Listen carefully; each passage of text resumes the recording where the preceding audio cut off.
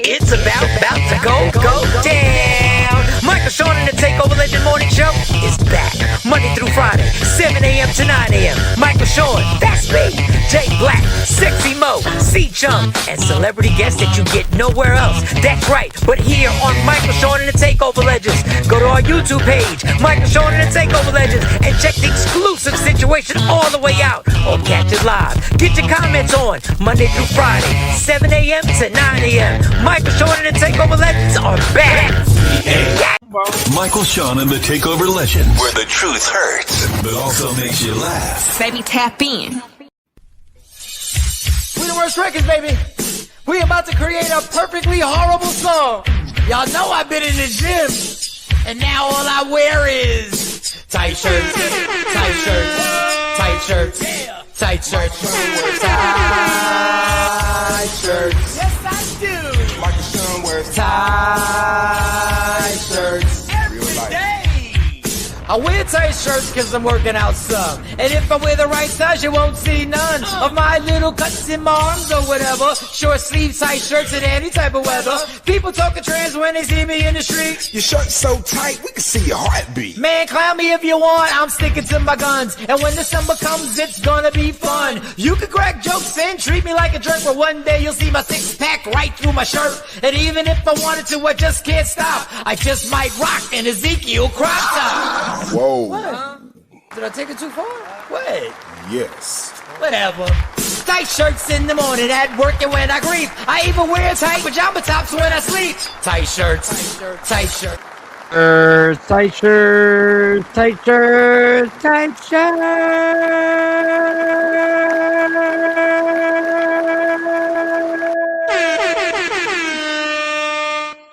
Good morning, ladies and gentlemen. Yes, I'm a little sleepy. But I'm good. I have tons of energy because I had to watch an overtime victory as the most dramatic comeback in New York Knicks history took place last night.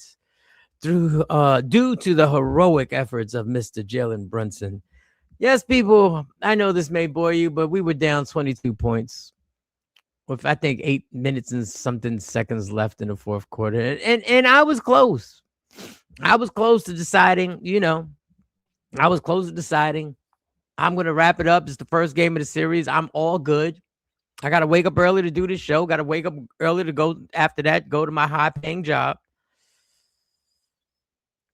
Then there was a bucket. Jalen Brunson hit a bucket. And he hit the bucket over a guy named James Harden. And I said, I'm going to hang in there for a little bit.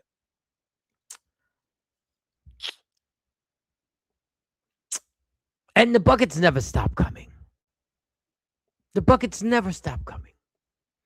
And for some odd reason, the Cavs kept James Harden on Jalen Brunson. And even when James Harden tried to run from him, they pick and rolled and set it up. And Brunson hit a shot, and then another shot, then another shot, and then another shot, and then another shot, and then another shot, and the shot, and it just kept happening over and over and over. It felt like 50 shots were made. And honestly, he made 7 out of 8 shots on James Harden. Oh, that poor, Chubb Rock. I know you're a Hall of Fame player, Chubb Rock, in front of the world. Chubby James Harden. Jalen Brunson just kept pointing you out and getting right back at you over and over and over and over again. Shout out to the rest of the squad who did that. Mikal Bridges, made a big 3-pointer and made a big steal, and Obi did his thing and contributed, and the Knicks came back, and people, and the celebration by myself was amazing. And this is why I hate the crookedness of the NBA and the NFL, and y'all, because y'all take moments like this. These are the moments where I was just like, I'm just going to keep watching because I believe in my squad. I said, I'm going to keep watching against all odds. I said, I'm just going to keep watching. I was going to keep watching to see what might happen. What could possibly, can he do it again? Can Jalen do it again?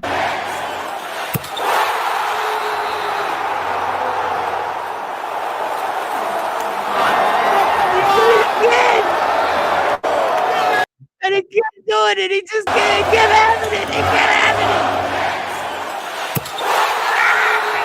Just kept having it. He wouldn't stop.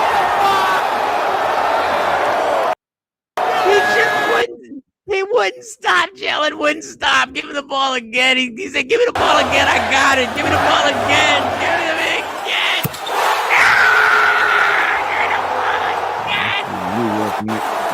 Give me the ball again. Give it to me again. And then when he scored, you'd be like, there's no way James Harden is going to cover him again. There's no way they're going to put it in. They did. They did. He just kept doing it. He just kept doing it. He wouldn't stop. And finally, the Cleveland fucking choke artist Cavaliers called a timeout. You said when they called the timeout, they got to change the plan. There's no way James Harden is going to be on Jalen Brunson again. There's no way. They got to do something. There's no way. And I was like, God.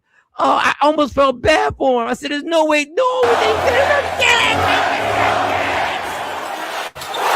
They did it again.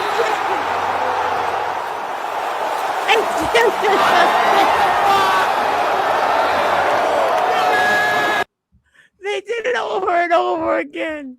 And the most historical comeback in franchise history happened. Down 22 points. 22 points with 8 minutes left. It's over. Everybody thought it was over, but they just wouldn't take James Harden off of Jim. It was magnificent, people. It was magnificent, people. Oh my It's about to go down. Michael Jordan dancing like it was Friday.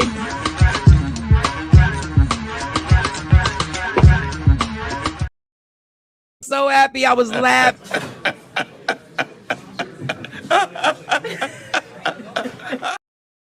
I saw James Harden get in the defensive position in his posture to play defense, man. Every time I That's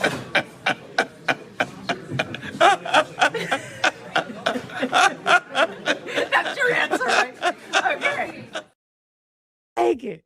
Good morning, Jay Black. Good morning, Jay. And this is why when sports is ruined by these deceitful, by gambling and by all the corruption, when it's all ruined, this is the beauty when you just leave it alone. And I don't even know. Who knows? Who knows behind the scenes what could be happening? I'm just gonna take it at face value that it was a remarkable, incredible, unforeseen type of comeback. And I'm happy today. I'm a little tired, but I'm happy today. Jay Black was here, but then Jay Black left. I don't know. I think he got a phone call. So let me get to these good mornings. Cause, oh man. And then we had did I add? Why can't I? No, I want to remove it. There we go. I want to remove it.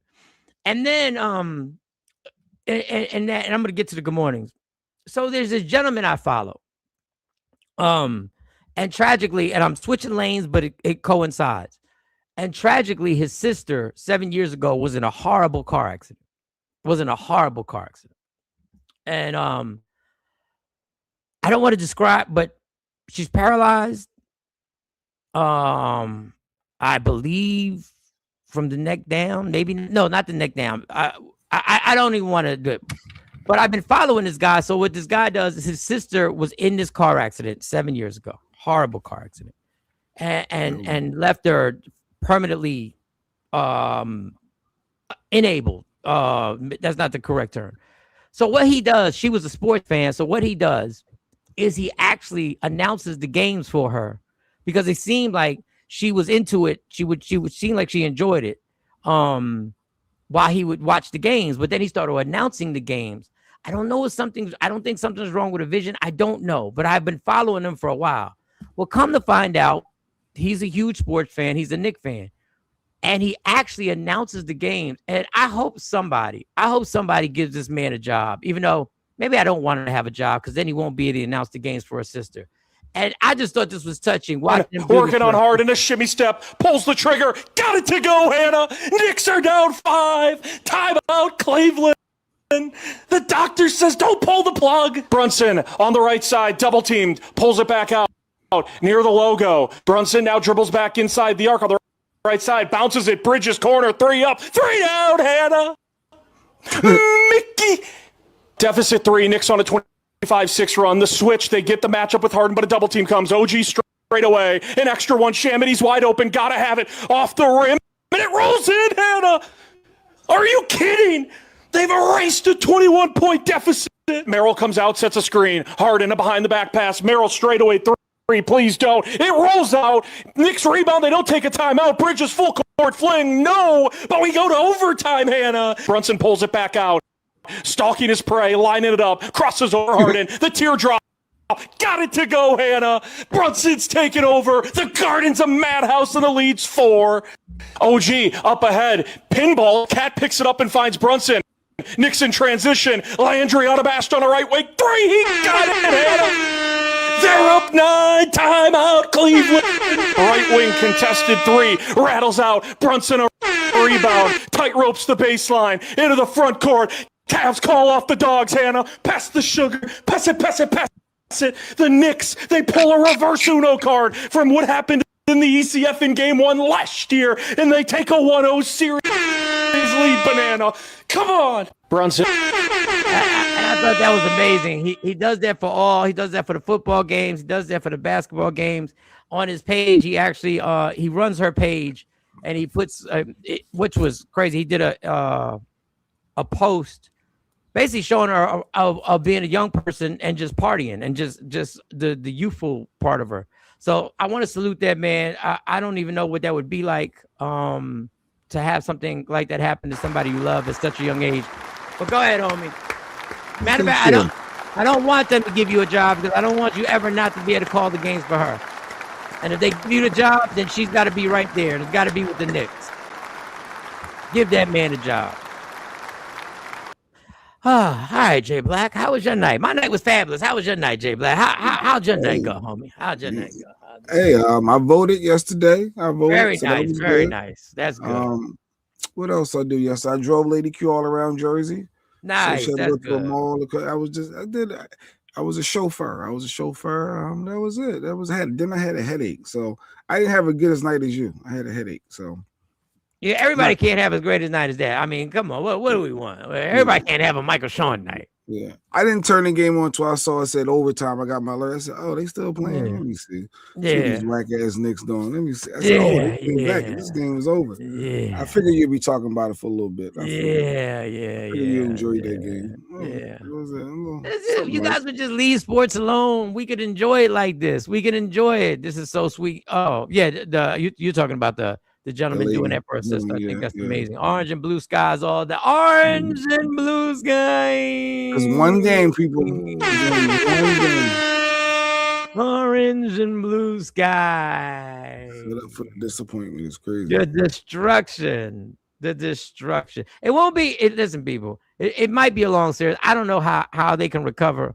Because they had their shot and we were rusty. You know you were demolishing a team and they came back, so you know you're better than them. Y'all just slipped up in the last minutes. No, that's not what happened. What happened was we were resting for almost 2 weeks, and the rest of the team was out of sync. And then when they became in sync, everything turned right back to what we were doing to everybody else, including the Sixers.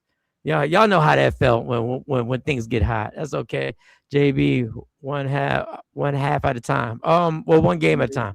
Yeah. Good morning. Yes. Mo, Nikki, you missed the Nick highlights, but you know, no, don't do it again. She said, people don't care. People don't care, Mike. Nick, they want you to make them laugh. They don't care about no damn Knicks. Nick, who am I to deny somebody I've known since I was a teenager? You want a little highlight, Nick? I give it to you. Patrick Ewing clapping it up with Larry Johnson in the front row. Latrell Sprewell. The good fellas of the New York Knicks. Morning, Queen Barn. Morning, team. Queenborn on it. Queenborn on it. I know. I don't give know. a damn about no Knicks. Morning, Queenborn. There you go, Queenborn. Happy. What's today? Happy Wednesday. Happy day. Happy 5/20. Wednesday. May 20th. May is almost already over. Yes. Yes, it 2 is. more days. Mhm. What's good today? What Trump Summertime do? is here. Everybody complaining about the heat. I walked to the job. Everybody's like, it's so hot. I was like, it's my weather, bitches. Ha ha ha ha. It's so hot. You can't believe it's so hot, bitches. Hot. Yes, it is. Yes, it is. It's hot. They try to get all the air conditioning popping. Get the air conditioning popping. I'll just walk out and I do what they did.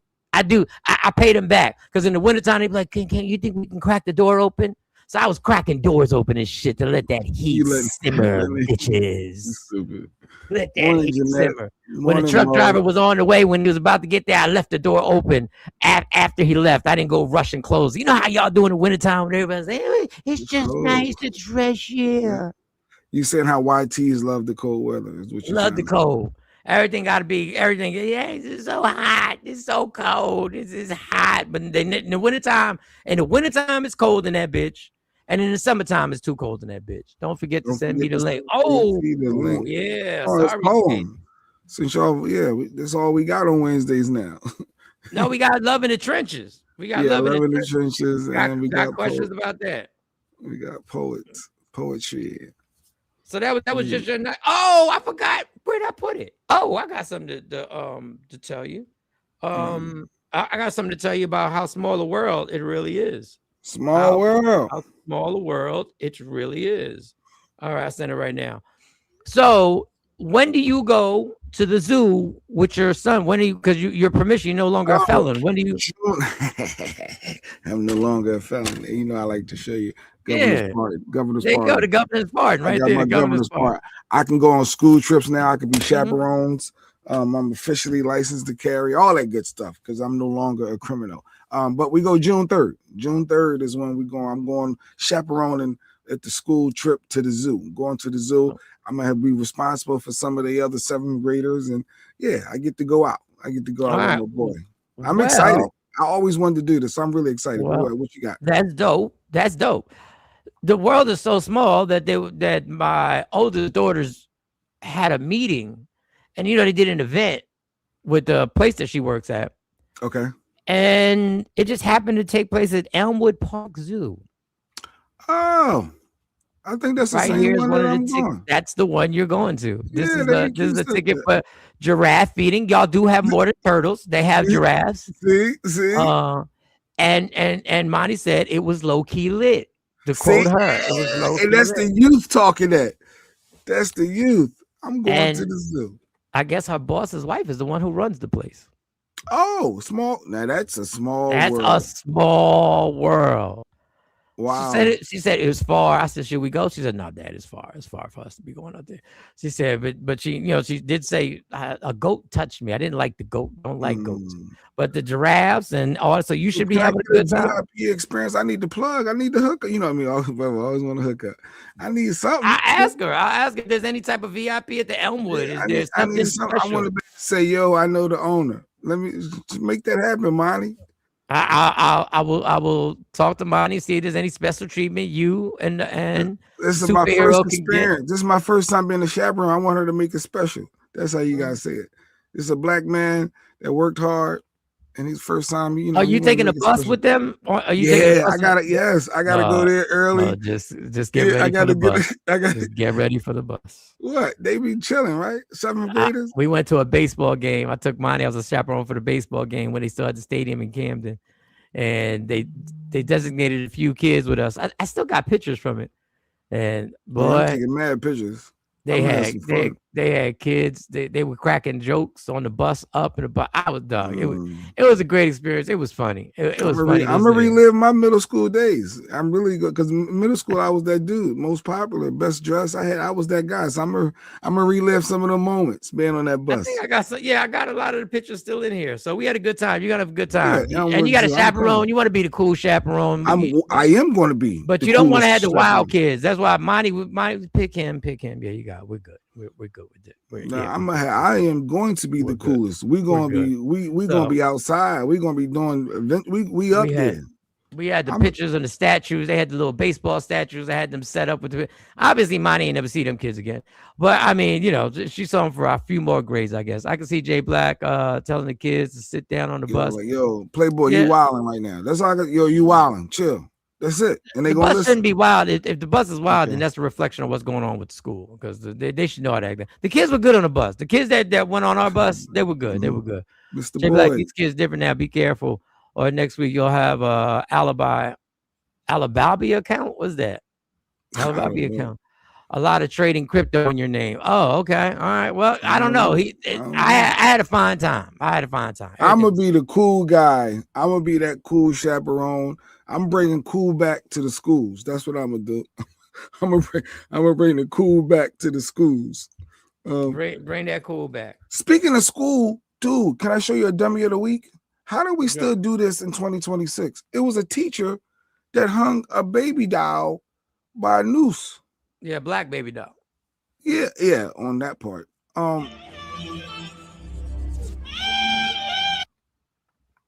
Is it freezing on you? I don't know what's going on with my darn laptop. I gotta restart my computer again. But I thought this was the weirdest thing. A teacher hanging in 2026. A teacher in the classroom is hanging a black baby doll by a noose in the classroom. How? How is this possible? Am I naive? Yeah, you were very naive. Are we supposed to be better than this in 2026? Haven't we learned? When did you see we learned anything? Because people lose their jobs, they get ridiculed. Hopefully she's gonna lose. Hopefully she'll lose a job. But this is what it's all about right now. I mean, they created a slush fund for the January insurrectionists.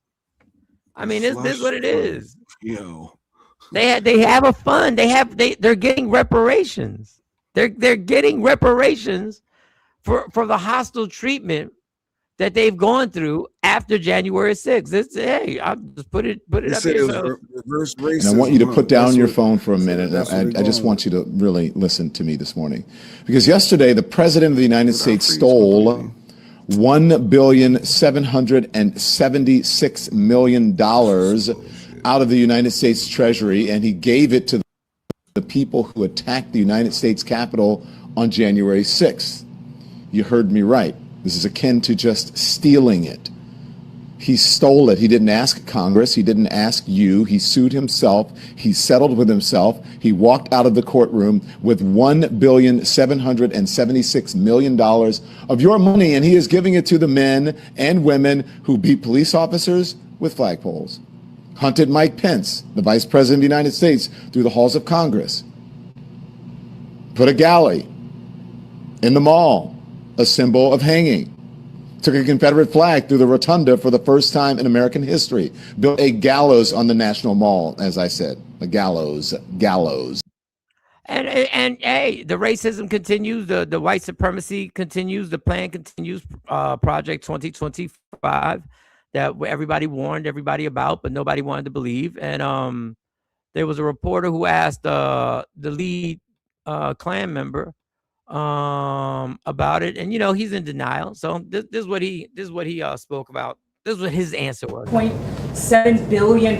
Yeah. Why should taxpayers pay for the January 6th? Well, it's been very well received, I have to tell you. I know very little about it. I wasn't involved in the whole creation of it and the negotiation. But this is reimbursing people that were horribly treated. It's anti-weaponization. They've been weaponized. They've been, in some cases, imprisoned wrongly. They paid legal fees that they didn't have. They've gone bankrupt. Their lives have been destroyed. And they turn out to be right. I mean, it was a terrible period of time in the history of our country. And they worked on it. I know the Justice Department, it's really been working on it very hard. There's been numerous other occasions over the years where things like this have been done. But these were people that were weaponized and really treated brutally by a system that was so corrupt, with corrupt people running it, and they're getting reimbursed for their legal fees and the other things that they had to suffer. They had to suffer. They led an attack on the Capitol. They had to suffer. They've been treated unjust. They've gone bankrupt. Reparations, get it for them. This is the white supremacy. So when I tell you, all right, just let me know when the 10 million people are going to go to the Capitol and say this administration has to be removed. Every last one of these motherfuckers. Every last one of them. The Attorney General, especially. Here, the Attorney General is trying to explain this. And in some proceedings that were going on, this is from C-SPAN, and this is the blatant, arrogance that they talk with. Unprecedented slush fund that you set up. Simple question: Will individuals who assaulted Capitol Hill police officers be eligible for this fund? Well, as it makes plain, anybody is just let me know if they're eligible for the fund. As was made plain yesterday, anybody in this country is eligible to apply if they believe they were victim of weaponization. Mr. Attorney General, let me ask you this. Are there going to be rules that say that if you've assaulted a Capitol Hill police officer or committed a violent crime, you will not be eligible? Why not make that a rule? I expect that because I'm not one of the commissioners setting up the rules. I expect that there will be rules. You're appointing 4 of the 5 members, aren't you, Mr. Attorney General? Pardon me? You're appointing 4 of the 5 members. I am appointing all 5 members. You can certainly set up the rules. I would hope you would make a rule that anyone convicted of assaulting a police officer of a violent crime is simply not eligible. They should not apply. Well, let me ask you this, because you compared it to the Keepsiegel case.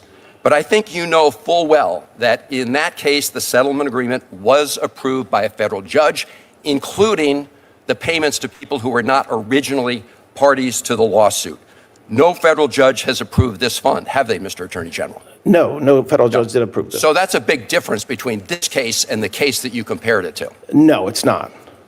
Did a judge sign off on this case? No. A judge did sign off on the other one. Yes, but your question was whether it's a big difference. It's not. Of course it is, because that allows for an independent person to look at it rather than the There was no independence. There was no independence. There was a single commissioner.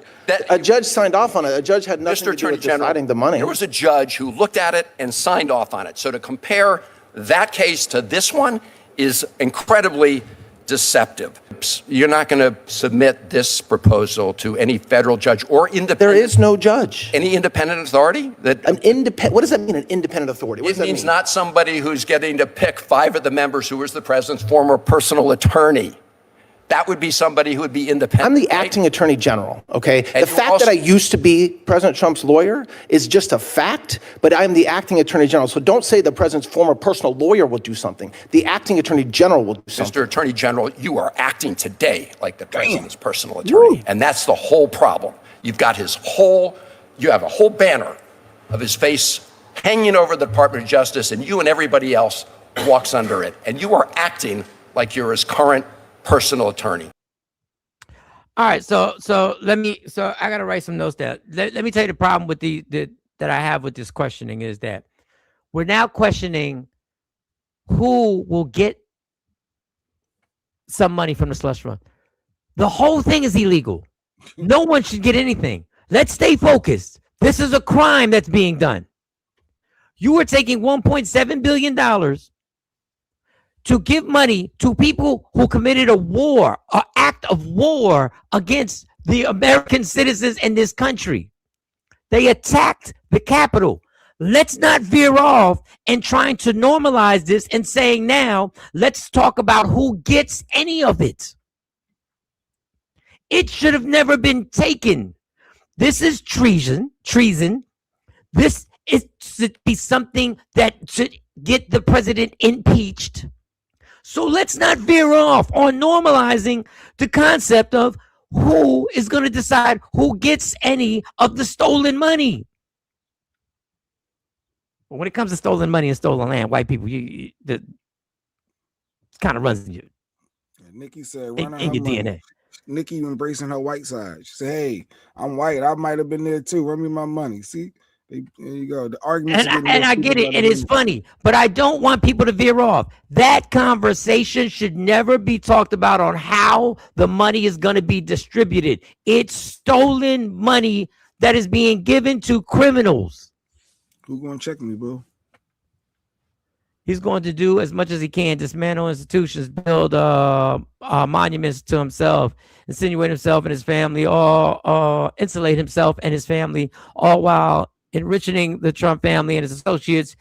He has found all the little loopholes. He doesn't even need loopholes, and it's killing it. He's playing everybody. This is what I'm telling you. Now, let me get back to this before I move on to that. Let me get back to this. To any of y'all MAGA supporters, let me just give y'all a little advice. You're not going to see any of that fucking money. He's going to take it all. If you dumb fucks think that you working at your job today, who happen to partake, is going to see any of the money, you're not going to see it. Now, they're strategically going to try and shove it in our faces that a few people are going to get it, but they're going to take the majority of it. You're not going to see the money because he's a fucking crook. He's a crook. He's a liar. He's the P word. He's all of that. Yeah. Queenborn said, we keep questioning people, but nothing is changing. It feels like it's just all for show. Because guess what, people? We just want to shop on Amazon, and we have been dumbed down to the dumbest form of dumb. Any other country, 10 million people at the Capitol, and there is no peaceful shit. There is, you got to go because we're not leaving. There are more of us than there are of them. So I hate to keep saying this, but it's going to happen. So remember, people, now white folks, y'all gonna be in the front lines because y'all catching the bullets first. Y'all voted this motherfucker in. Y'all gonna be in the front lines because I want to see if everybody, this money is being taken from everybody. See, if black and brown people do it, it just turns into, I'm telling you, it just turns into a holiday after they finish shooting everybody down. But until 10 million people in front of that Capitol, all this other shit don't mean nothing. It don't mean nothing. Is that true, lady? You saying IRS can't audit him? He got that in the book, like he can't be audited? That He can't be audited. He runs it. The motherfucker just sued the IRS. And got the money from the IRS. And guess, it's his department. He runs the department. He's overseeing, like, he's overseeing that decides what the lawsuit gets settled for. People.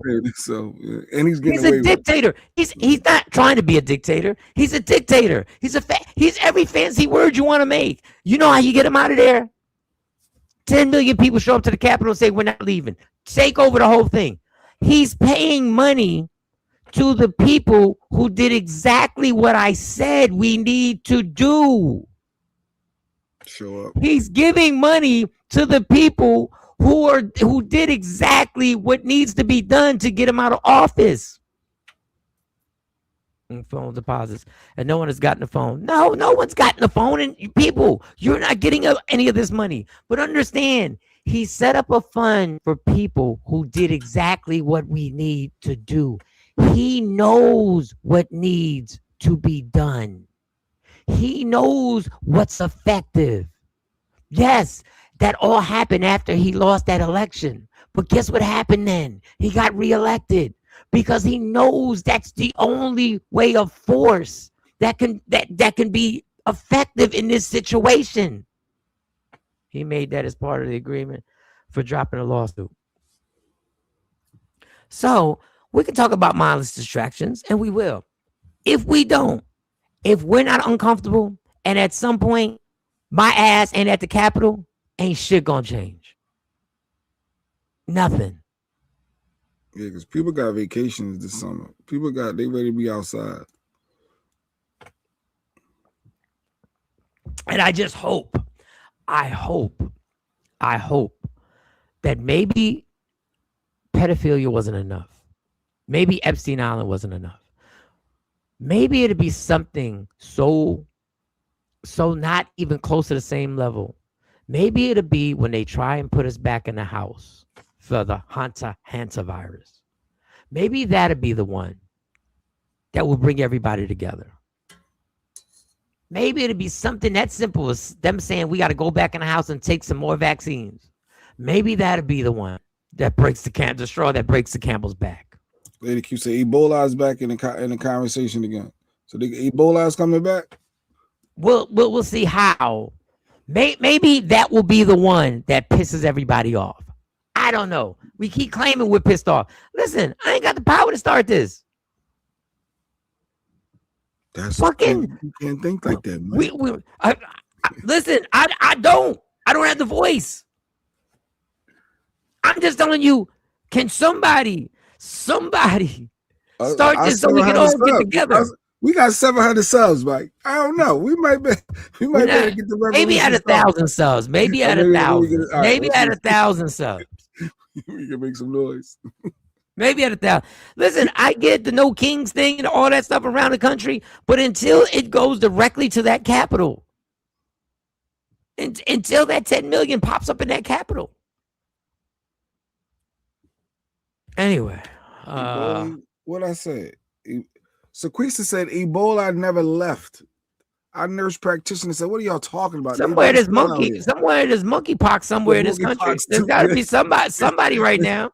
I'm not joking about it. There's monkeypox somewhere around here. They're going to change the concept. They're going to change. That's what. And then I want to know, what are we going to do when they change the 14th Amendment? This is If you start now, you would get to 1,000. We starting right now, Sequisa. We need everybody to spread the word. We start right now. We get 1,000 subs, and then we lead the rally on the Capitol. Bam, 1,000 subs, and we get the 10 million people. Oh, that's why they clowning us. It ain't Ebola. It's something different. It's a different one. My bad. Don't get me E. to coli. lie. I don't know. Oh, E. coli. I didn't say anything about Ebola or E. coli. I don't know. But the problem is, see, y'all get stuck up on the semantics. The issue is this. That's how you gotta flip it. That's the ultimate goal, is to change the Constitution. That's what he want to do. That's what he's working towards, changing it. Yeah, E. coli, Ebola, we keep saying E. coli, but that wasn't even a commercial. That was for something. That was for something else. It was E. coli. It was yeah. Oh yeah. E. coli. And so now it's the Hunter virus. So Hunter. Stay off the cruise ships this summer, people. They got the same actor who performed for his credits where he performed for the COVID virus, and now he's performing for the Hunter virus. Lady Kiara really can't deal with your husband. I mean, and I thought I was flowing too. I thought I was doing something. Ash Bass called it out. That's because Ash Bass is 112 weeks pregnant. That's all. She's just in that mood. It's not has been the plan of Republicans for decades. Yeah, but it's the felon who is the figurehead who has been able to maneuver it. So Keisha Lance Bottom won in Georgia, so she could be the next governor. That's what I know, Auntie Keisha.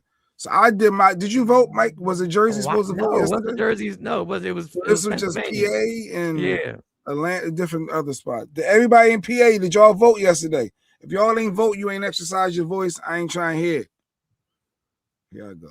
I was out there. I gave them my name. Is number they verified. They made Lady Q resign. I thought they was about to give her issue. Tell me, no, I need you to sign your full name. She must have did first initial, last name. So did you put who had to fully put Lady Q? They told her she needed to sign her full name, her full signature. Oh, okay. All right, but they still don't ask. Indiana's number 1 in home foreclosures. Kentucky's number 2. Florida's number 3. When enough MAGA loses everything, no, they won't. I hope you're right. The farmers went bankrupt. That wasn't enough. Well, he's gonna be on your passport. He's just the idiot that wave power. Mike, I keep saying we can set it off. It only takes one. Okay, well, I'm trying to set it off. But what date do y'all want that we run up on the Capitol? How my schedule is? So you said that. What date? Y'all tell me a date. Well, we going to Wildwood. No, we got Wildwood, and then it's our anniversary. So we got to take our anniversary. Then she said, "Are we not to take over elections?" You are right.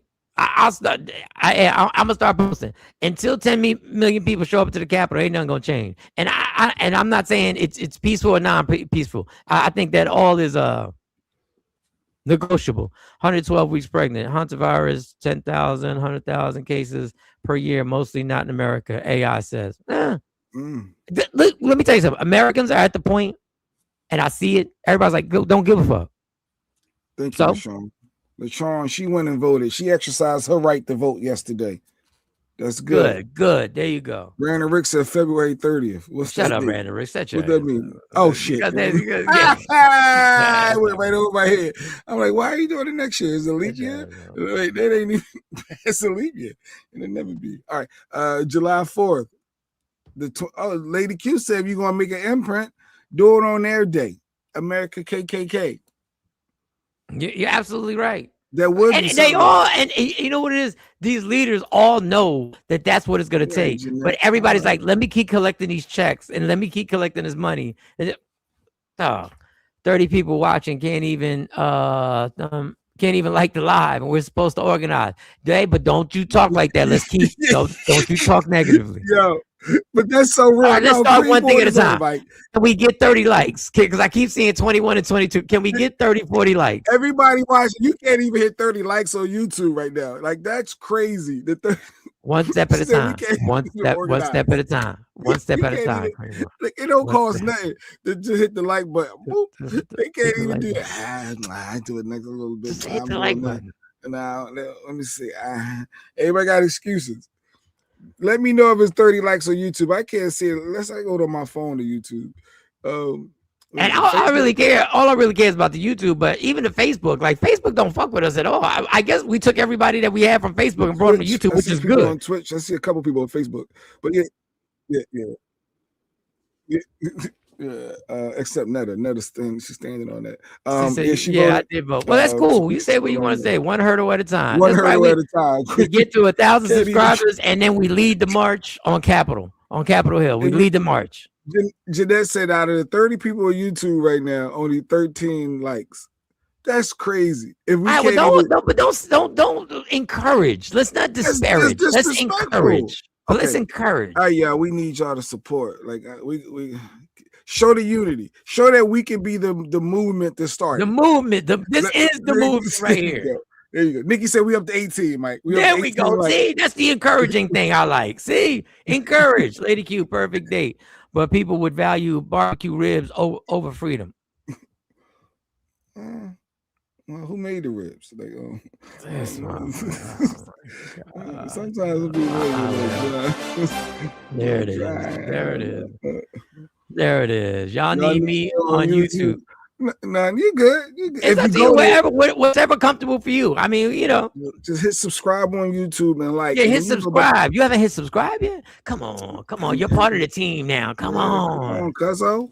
Come on, Cuzzo. Facebook. Then you can go. I hit like every day. I know you do, Asha. I believe her. Then that I believe. I feel it when she does it because of them hands. I feel it every time she does it. I feel my soul shake. My soul shakes a little bit. Don't go. Oh, shoot! I need this. I need this soul right here. Oh God.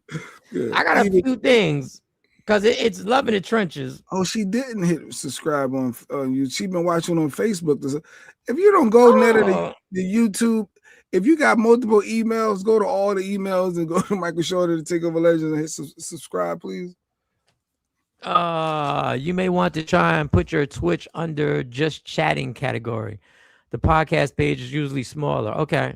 I don't even know. Somebody did that for me a while ago. I would have to go back and just chatting. Just get on to just chatting. I've been liking at the end of every show for years. Afro Queen, thank you. We appreciate that. That soldier mentality right there. I believe I believe, yeah. A lot of us. So Jay, let's get into this. You have daughters. Yep. I got several. Some I know about, some I don't. But go ahead. No, don't worry about it. Don't worry about it. It's alleged stuff. Go ahead. Keep going. Keep going. That slipped out. Go ahead. Keep going. Yeah, I got daughters, Mike. What's going on with daughters? So how affectionate are you with your daughters? I'm zero. I'm zero affection. I'm not into the mushy stuff. Show that's not my lane. I show love by taking care of the stuff and making sure you're good. Okay. Yeah, I feel weird when you even say thank you. Like, shut up. We good. But physical affection. No, I don't do that. You do hugs. Up to about 10 years old. When you get after a certain age, you start to feel awkward. You don't hug your daughters? No. Oh wow. Yeah, I'm a hugger. My daughters already know. We have long hugs. I I'd grab rather Monty. fist bump you or give you a nigga in your head and push you like, yeah, all that hugging. What are you? Are you the fucking third grade? Push you and then give you a nick? What are you? Fucking, you in the lunchroom? You act. Don't go left. Stick to where you going. Because I'm different. You can't compare with me. I mean, I'm different. Giving headbutts to his daughter. Hey, come here, girl. Yeah, thank you. Shut up. I don't need to thank you. Like you can say it, but yeah, you can text it, but you ain't gonna get no response. So I'm an affectionate dad. Like Monty, I'll grab her because me and Monty be running our mouths so much. Hug on request. I don't hug. Go ahead. I'm sorry, because I hug. I might do the side. If you ask for a hug and you coming to take it, if you taking it, that's a different side off me, and I push you off. I'm a hugger and I kiss on the forehead. When I see the twins, I kiss them on.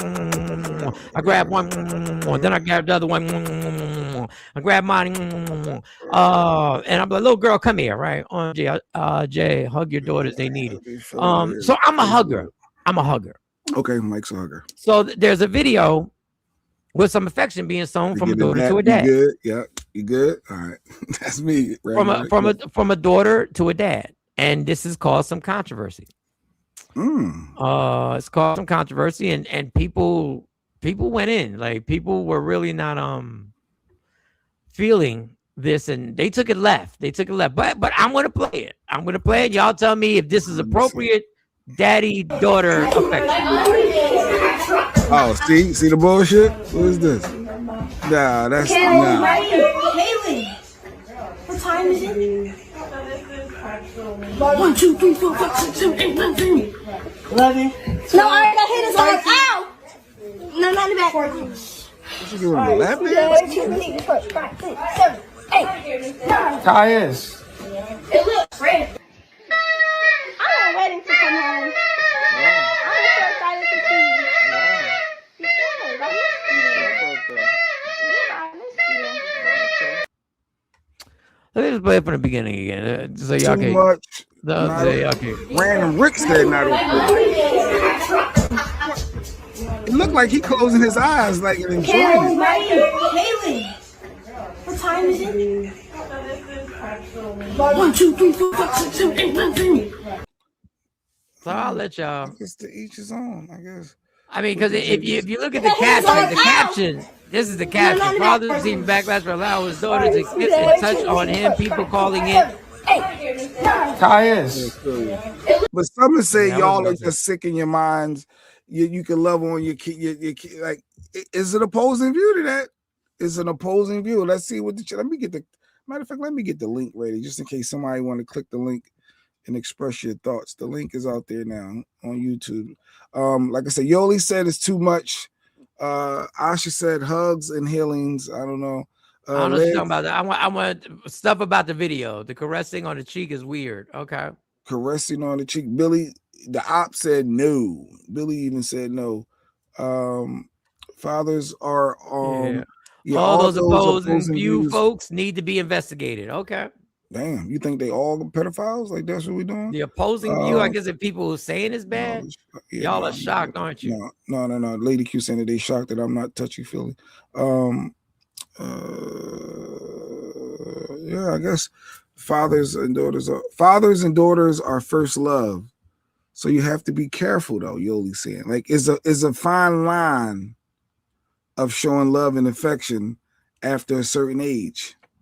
Now, when you under 10, it feels different. I can still pick you up. I'm kissing the cheeks, and it's all the tummy hugs and rubs and tickles, and you know it's different. But after a certain age, it start to feel like nah, I'm good. I'm good over here. Chill. That was way too much for me. Cousin Ashley, don't be doing that around her with her kids. That ain't gonna be happening. And that's the dad. She said it ain't happening, son. She gonna shut it down. So mom shut it down. The mom probably, that's their relationship. They probably been like that their whole lives. She know her husband ain't doing nothing. I don't know. I'm trying to find something else. Give me I don't know. KT said what? He looks like he wants to tell her to get off. No, he closed his eyes. You missed that part. When she first started hugging up on him and did the 2-hand press, he closed his eyes and like leaned in. That looked a little different. But she was saying she missed him. So I kind of, hey, so that's the flip side. Oh, you missed your dad.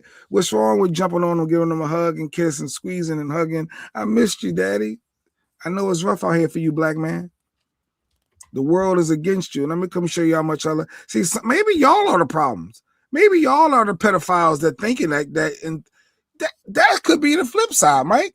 Y'all are the ones that's wrong. You're sick minds. Because what are y'all wanting? No. You know what? There's the opposing view. Y'all are the ones. Had a whole conversation with yourself. Go ahead. Don't say you can't do the show by yourself. You can. That's all you got to do, right there. What you just did. I just processed y'all coming down on this man, but just because y'all don't got loving relationships mean that he can't. I remember as a little girl, I wanted to marry my father. I had to be corrected. Okay. Yes, that's what we all said growing up. I'm your boyfriend. Yeah, I never said that. You never said that to your little daughter? I'm your boyfriend. I'm the only man that matters in your life. Nah, until they get when they little. I never said that. Never said that to my mom. Not saying, hey, to each his own. I'm just telling you. No, I never said that with them. I never thought that with the mom. Keep boys away. Unless he just saved her life, maybe. No. Unless she was just, he just had to resuscitate her. Sitting on his lap, multiple kisses, caressing his neck. Absolutely not, Asha said. Rick been missing in action. He must have had some coupons that were about to expire. Okay. I don't know. I mean, I'm watching and I'm seeing, it's not what I would do. It's not nothing that's ever gone on with me. Like my daughter's at 14. Would you be uncomfortable if you was around there and saw that? Not as long as it has nothing to do with my daughter. As long as it ain't me.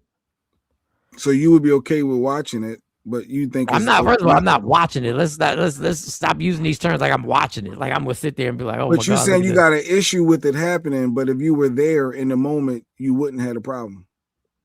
No, I wouldn't have said no. Whether I had my thing is, I wouldn't. That's not actions that happen with me and my daughters.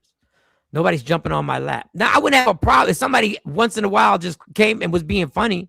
My daughters don't jump on my lap. But when they was 4, they did. I'm assuming. Yeah, they were kids, but I still hug them. Like I still show my daughters physical. Like I'm a hugger, so they know I'm a hugger, and they know they're gonna get hugged. Who says we don't/didn't have loving relationships with our fathers? This is something else. Absolutely not. Appreciate hugs and healing. I don't know. That was a bit much, but at the same time, who are we to judge their relationship and how they rock? Maybe she confides in him, and that's her person. I just hope. I don't. Y'all all going right to the sick mindset. Yeah, that I'm not going to the sick mindset. That fast. Like you to did me, though. You did. You felt uncomfortable. I didn't feel uncomfortable. I never said I felt uncomfortable. Okay. Well, nobody clicked the link, so I guess everybody okay with it. No, I think people have spoken, and they. I'm trying to see if I can find this other one. Oh man, that was very. $10 said that was very inappropriate. That was very inappropriate. Just because your kids don't love you like his kids love him, them dollars, don't put that on that man. That's what somebody out there was thinking. Yeah, very inappropriate. Appropriate hugs and healing. Okay. Let me see. Let me see this again.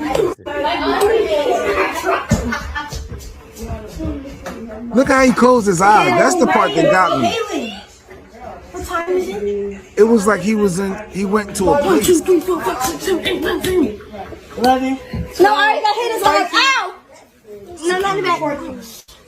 Alright, let's do that. 1, 2, 3, 4, 5, 6. It could be a little girl loving her. Yes. Hey, look, Fred. I'm not waiting to come home. I'm so excited to see you. Says the man.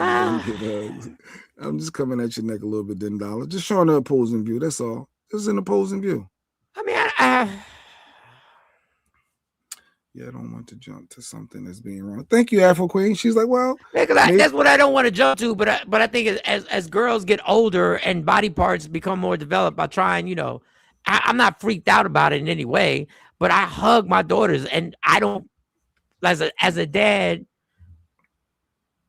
Those body parts don't mean the same when it's your daughter. But I get what people say. I get what people have. You know, she looks like a full grown. She didn't look good. No, she No, definitely she's not a looked full good. grown woman. No, she looks a bit of 14, 15. Yeah, she's like 14. Like somewhere around there. Yeah. To me, he looks annoyed when he closes his eyes. I mean, and I also think, you know, I don't know I don't know what the circumstances. If my daughters hug me, I don't close my eyes because I want to look at them while I'm hugging them. You want to look at them in the eyes? That's a little bit more creepy. Because those are my babies. And the older they get, the more you realize, the older you get, and the older they get, you realize that those moments don't come as often. Not because they don't love you. It's because people grow and people are busy and stuff like that. And move out and they don't got their own kids. And now you J-pop, whatever, you pop. And yeah, things happen. And you know, and when you know, just little things like hugs and that affection, you realize. But if something came out down the road, it would be, see, we saw red flags, we saw signs, and we ignored them. See, that's how that go. I knew, and why we second guess ourselves. So, anyway, I just want to give y'all. I just want to see what y'all do. I don't want to take it disgusting because I don't think it. That's not what I think that is. That's not what I think that is. But once again, you know, unfortunately, we live in a world where it's so prevalent of things that are. Let me see if KT had an example. KT, did your husband hug your daughter like that?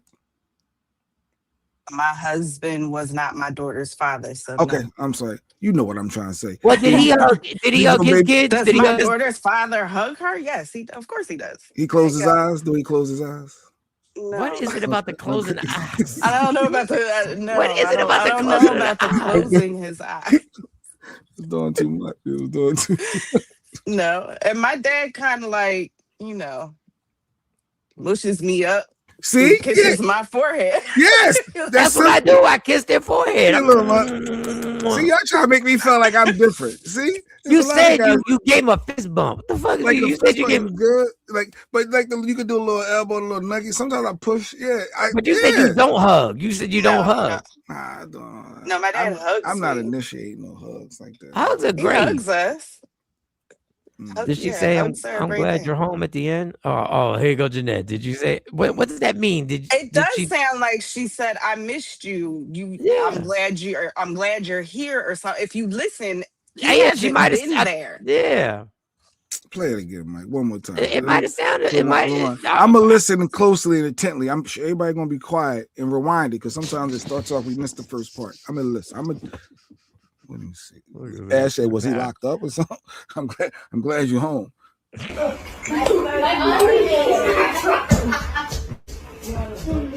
See, rewind. Haley. Go to the beginning. Come home. Haley. What time is it? 1, 2, 3, 4, 5, 6, 7, 8, 9, 10. 11. No, I already got hit his leg. Ow! No, not in the back. 14. Alright, let's do that. 1, 2, 3, 4, 5, 6, 7, 8, 9. Tyus. It looks red. I'm waiting to come home. I'm so excited to see you. Maybe she been waiting to come home. I've been waiting for you to come home. It looked like that's her birthday. So that was her birthday. That was a different scene. They edited it together. So that's how, and she stayed on his lap probably because she took her tiara thing off. Okay. Military return, maybe. I don't know. He had the white tee on. He just came. You know he gave. I know about that white tee. He's like, you saw the white tee. He got on that white tee and them khakis. Not no damn coming from the military. Might come home from the military. Might have been a few things he was coming home from. Them little All right, let's try to stay on time because I got something else I want to say, but I want to stay on time. All right, every Wednesday, KT is taking time out of her busy schedule to deploy the war. Shut up, y'all. He might have been coming home from the military. Y'all have no evidence that man came home from incarceration. Why y'all doing this? This Man could have been. He could have came home from a long, like 2-week business trip. He might have been. He might have come from a sales meeting, a convention in St. Louis of some sort. All right. Sales meeting. Jesus. God of the word. JB, I agree with him closing his eyes. Yes, the rubbing of the face is just too much for a father and a daughter. If y'all haven't seen each other, okay. All right. Let's go. She takes time out of his schedule. What were you gonna say, KT? No, go ahead. I'm not even gonna say that. And she set up a thing where she has some spoken word artists who come. We started it for last month, which is Poetry Month, and we did a bunch of stuff. And then we just started. We seemed that the audience appreciated. So I said, KT, keep running with it. And she organizes it and does the whole thing and makes it happen. And because I ain't got the organizational skills to be reaching out. I can hardly get comedians on this bitch unless we're doing a show together. So KT, take it away. Is she in the back? Yep. Yes, she is. Look like with a bonnet going on. Let me see. Okay. Oh my God! Come on, Jay. I'm sorry. All right. Fuck. My bad. Let me take myself down while y'all get this together. You don't have to take. Anyway. Today I brought you guys Complex Angel. Complex Angel is one of the dopest poets out there. She's in Philly. I'm gonna read her bio like she wrote it because to me it's just very sexy. Okay. I'm a Stimulate Your Mind awareness coach. Okay. Curator of Stimulate Your Mind and Poetry and Conversation. Author of No Apologies and Out of Darkness. I'm committed to living authentically in my real and raw truth to help others wake up and go on their healing journey as well. I affirm, I splash, and I stimulate. She'll tell you more about the splash part. Oh. Yeah, I once knew a girl who claimed. Okay, never mind. All right, so Jay got to come back up because I can't hear you. Oh, Jay, there. Well, Complex. Hey, Jay, you forgot everything. Turn your phone to the side, Complex. Can y'all hear me? I can't hear y'all. Because Jay want to dip out and want to be cute. Exactly, and dip out because and dip in, Jay want knowing to that do cute stuff. We can't do. Can you hear us now? I can hear you. Yes. Complex Angel, welcome. Can you turn your phone like this? Can you turn it like this so we can get the whole? Sometimes it doesn't work because it locks. And there you go. There we go. Okay. Why'd he leave again? What the fuck? Can you hear everybody, Complex? Can you hear us? I'm right here. Can you hear me? Yep. Yes. Okay. Complex, first of all, thank you for taking time out of your schedule because I know it's early in the morning. I don't know what you normally do early in the morning. I know we just run our mouths early in the morning till 9 o'clock. Thank you. First of all, I love that's why I have my scarf still on. I rolled out of bed for this. My bad. I was. You know, you got to protect the locks. It's been a hot day, so the locks need protection. They need protection. So, it ain't a bonnet, it's a scarf. But listen, you're going to get it all. There's a whole beautiful head of locks under there. Yes. First of all, I love the name Complex Angel. Thank you. Like I love the whole angel, but there's a lot of layers to this angel, and some of them may in your world not qualify as angel behavior, and you may think what an angel is to you is not what an angel is to me. First of all, how long have you been working your craft?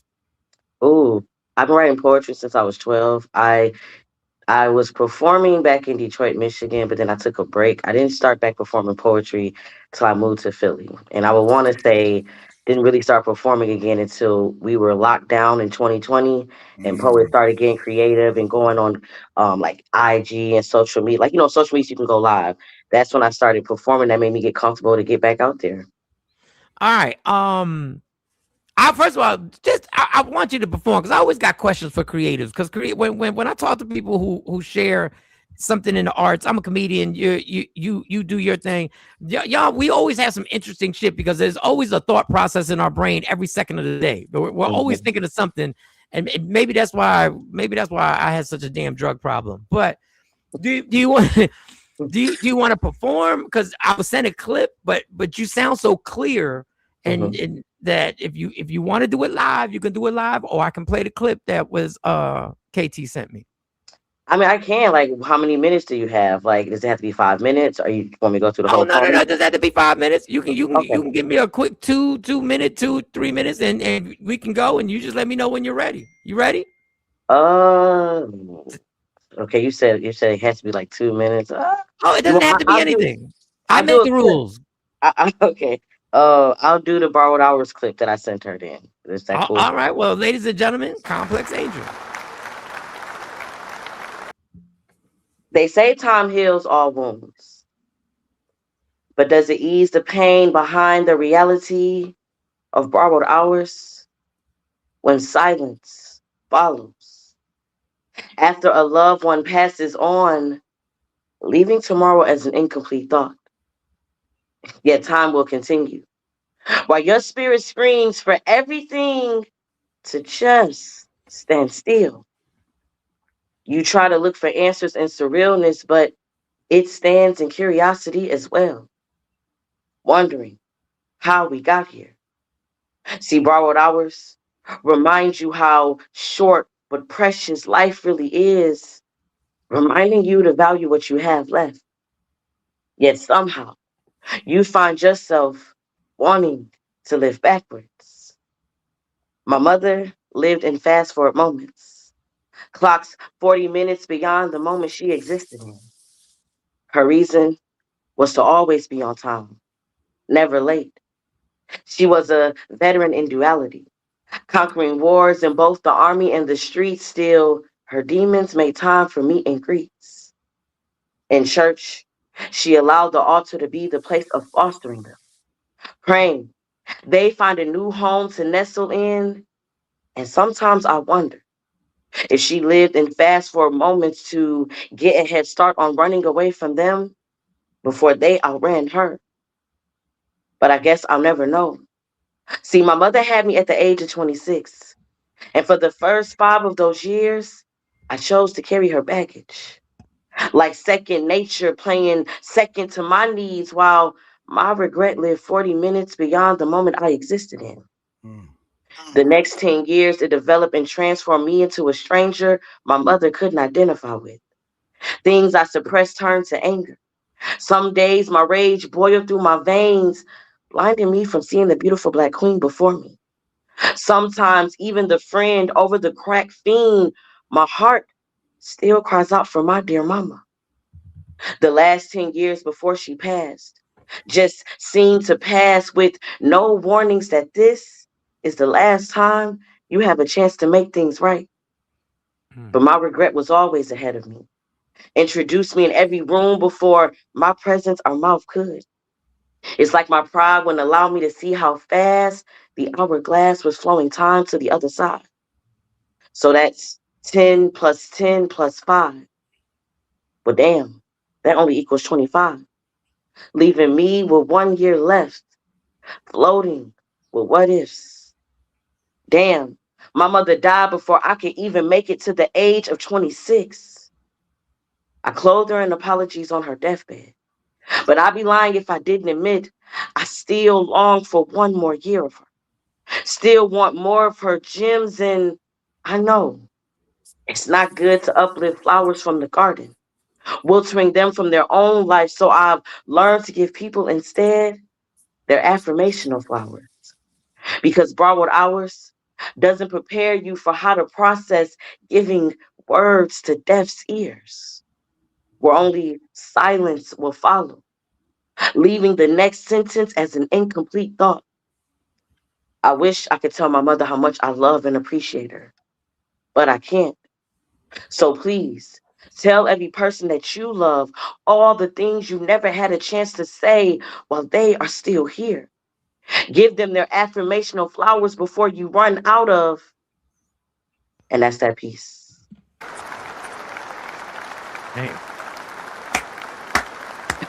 Thank you. My new favorite.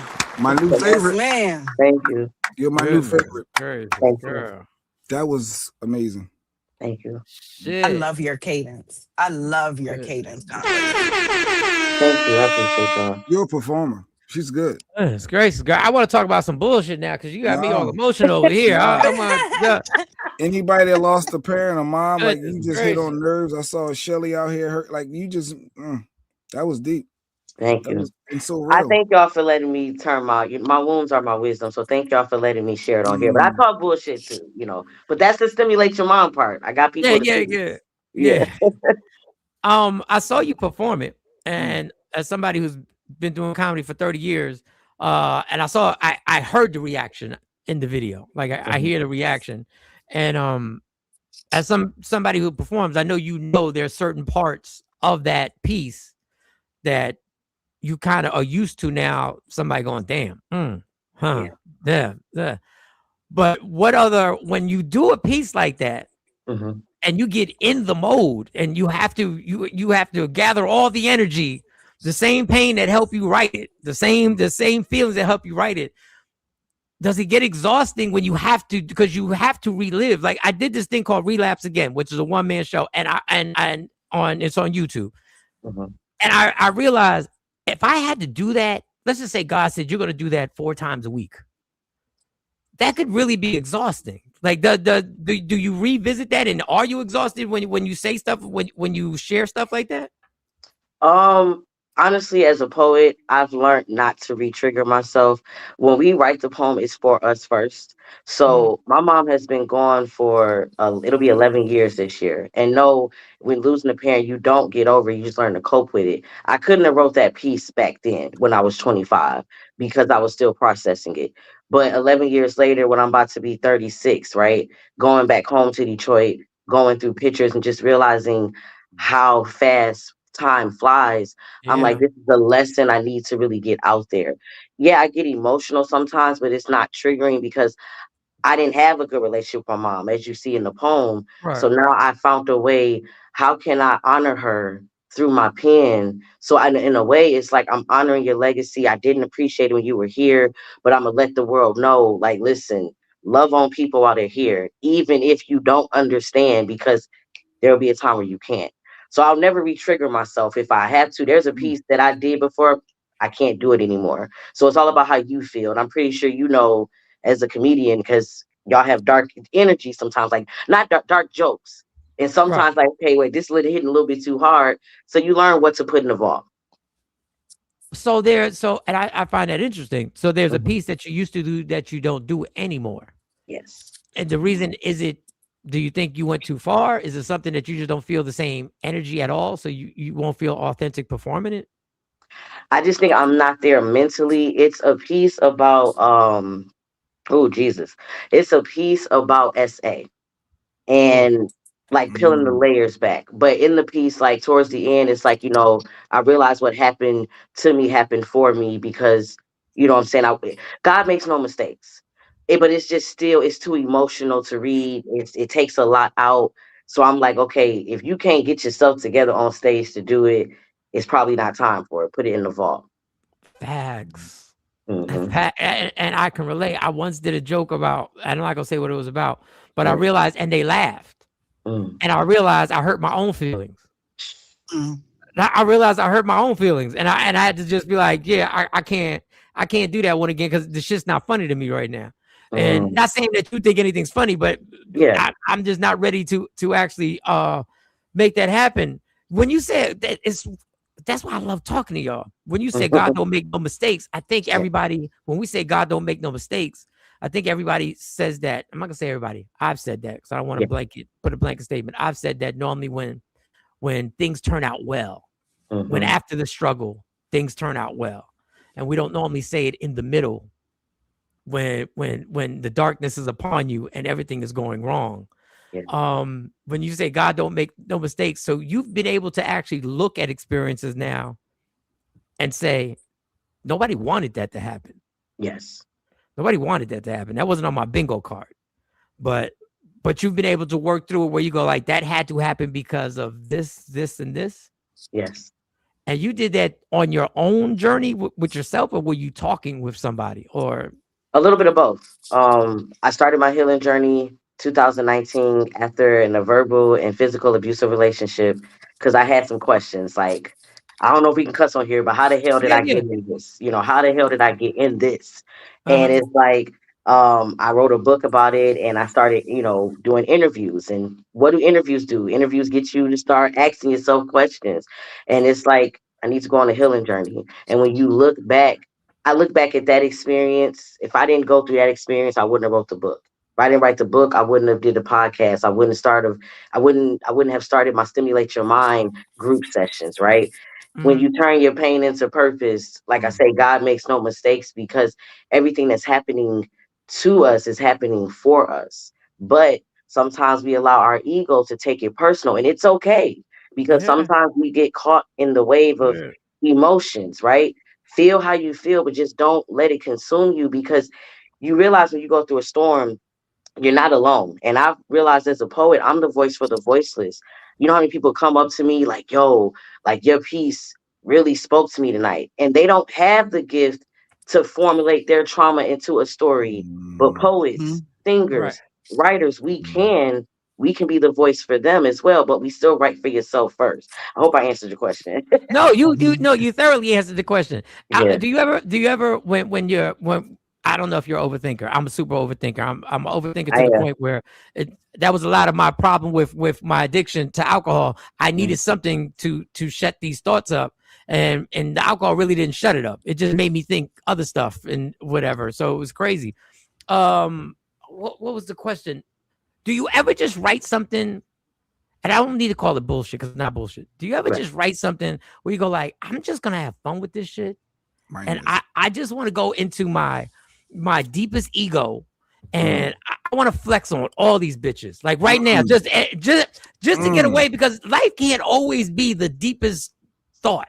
Do you ever just write and be like, you know what, I'm good? Because I know there are jokes that I know. I said, this has no meaning. I'm just trying to be the silliest person in the history of the world right now. And I just want to go. I just want to go. And do you ever do that? Absolutely. In my talk shit pieces and my erotic pieces, like I like to get fun with it and like stimulate your mind because people like to place people in a box, and I'm too layered to be placed in a box. So of course, like I can go deep, I can go funny, like even when I'm not trying to be funny. But yeah, you have to have fun because don't take life so serious. You know what I'm saying? We're all trying to figure it out. Okay, and then I'm gonna let y'all, Jay, if you have a question, jump right in because you know I'll take the whole shit. As a spoken word, as an artist, as somebody who's 55 years old, so I was in the Bronx in 78, 79, 80 when hip hop started, right? So I remember the first tape I ever heard, or the first person who ever scratched a record in the 80s, and I'll have strong opinions on where music has gone and the bad parts, what's it's been used for. Do you ever feel like spoken word? Do you ever see it going somewhere where you go like, I don't know if it should be going here, or I don't know if this is what this was meant for. And if you do have that feeling, what is it? Like, what are your views when it comes to maybe it being taken somewhere? Like, how did you feel about Def Poetry Jam? Did you think it had gotten too corporate? Did you think it had gotten too corporate? It was being pimped? Or how'd you feel about things like that? I loved watching Def Poetry Jam growing up, but I started watching it on YouTube because like when it was on HBO and stuff, didn't have cable. So I started watching on YouTube, I guess like when it had disappeared, like I was catching up. I really can't never say like when someone's performing when they're performing a piece, oh, I don't like the way this is going. I would say one thing in the poetry community that I don't like is that we're not allowed to come as we are. You know, poets always want to tell you how to poet, or they want to tell you how your piece should sound, or they want to tell you, how to look, or you should be memorized. Like even in Philly, that's a big thing in Philly. And it's like back in the day when you used to go in the cafe, people was reading from their books. You get what I'm saying? It just wasn't a thing. It was an outlet. And yes, we're supposed to take this serious, but everybody's end goal as poets is not the same.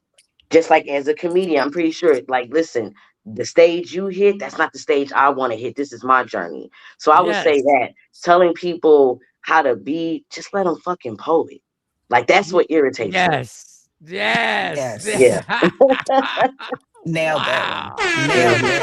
Oh, especially that you get the memorizing thing. I hate that. I hate that pressure on a poet. Yes. And I'm always amazed. I'm always amazed when people do long pieces, and I'm like, how the fuck did you remember? Like I'm like, cause I know I've done this same routine. Like I have like probably 4-hour sets. I've done those so much that I get it. I've done it, you know, 1,000 times, so I know what leads into another. So I guess you guys would say the same thing. But come as you are, to me, it's so funny because comedians, like, I never forget, Steve Harvey pissed me off so crazy. He did a little.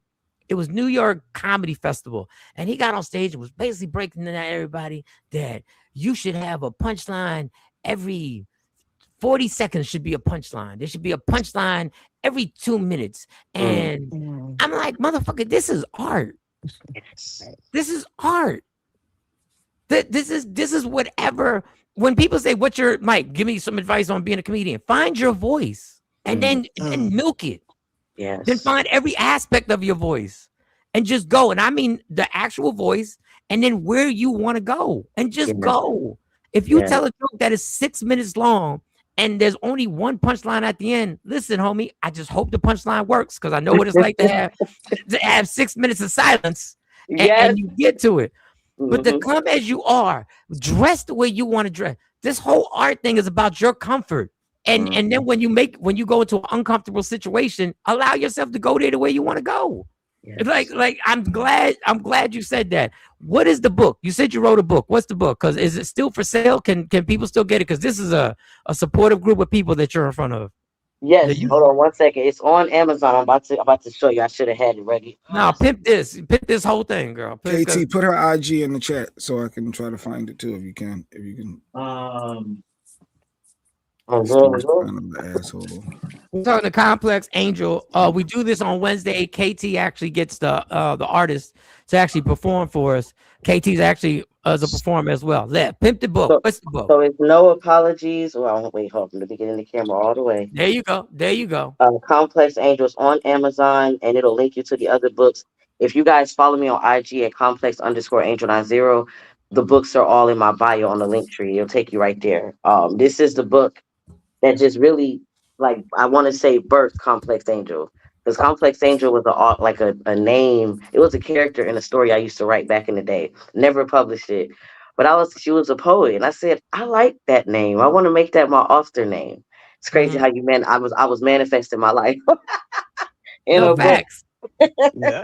Yeah. What the book, is it just pieces that you did, or is it a story, or like explain? Give us a little synopsis of the book. So it's actually a story about what I went through when I first moved to Philly, being in an abusive relationship. I wrote it from an addictions perspective. I am working on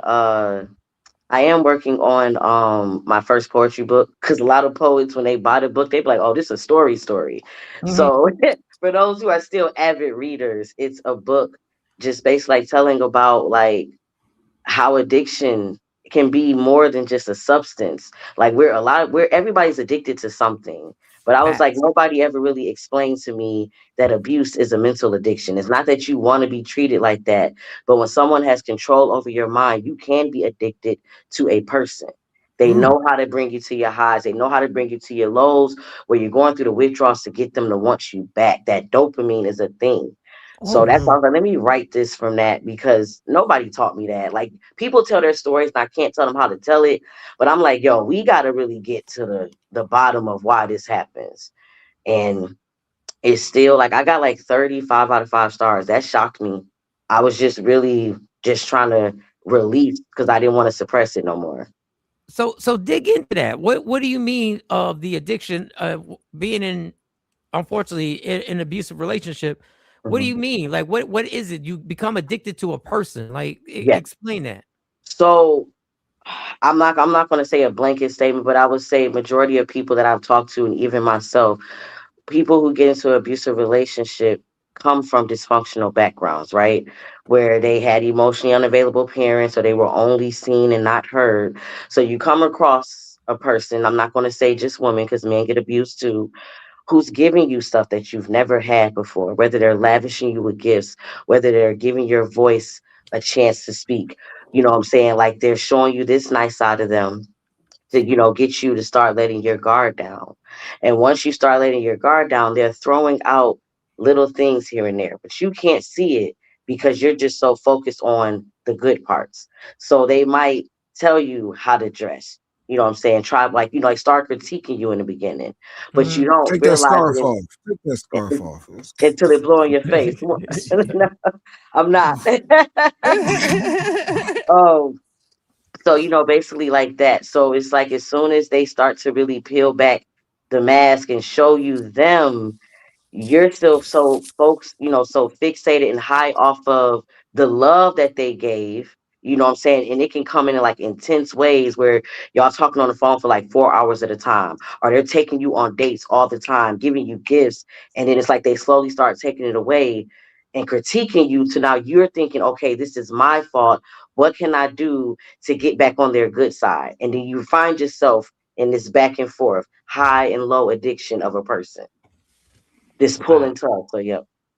So how hard is it like for you to, when you've been through all this, when you start the beginning steps of a relationship, let's say you don't even know, there's an attraction, right?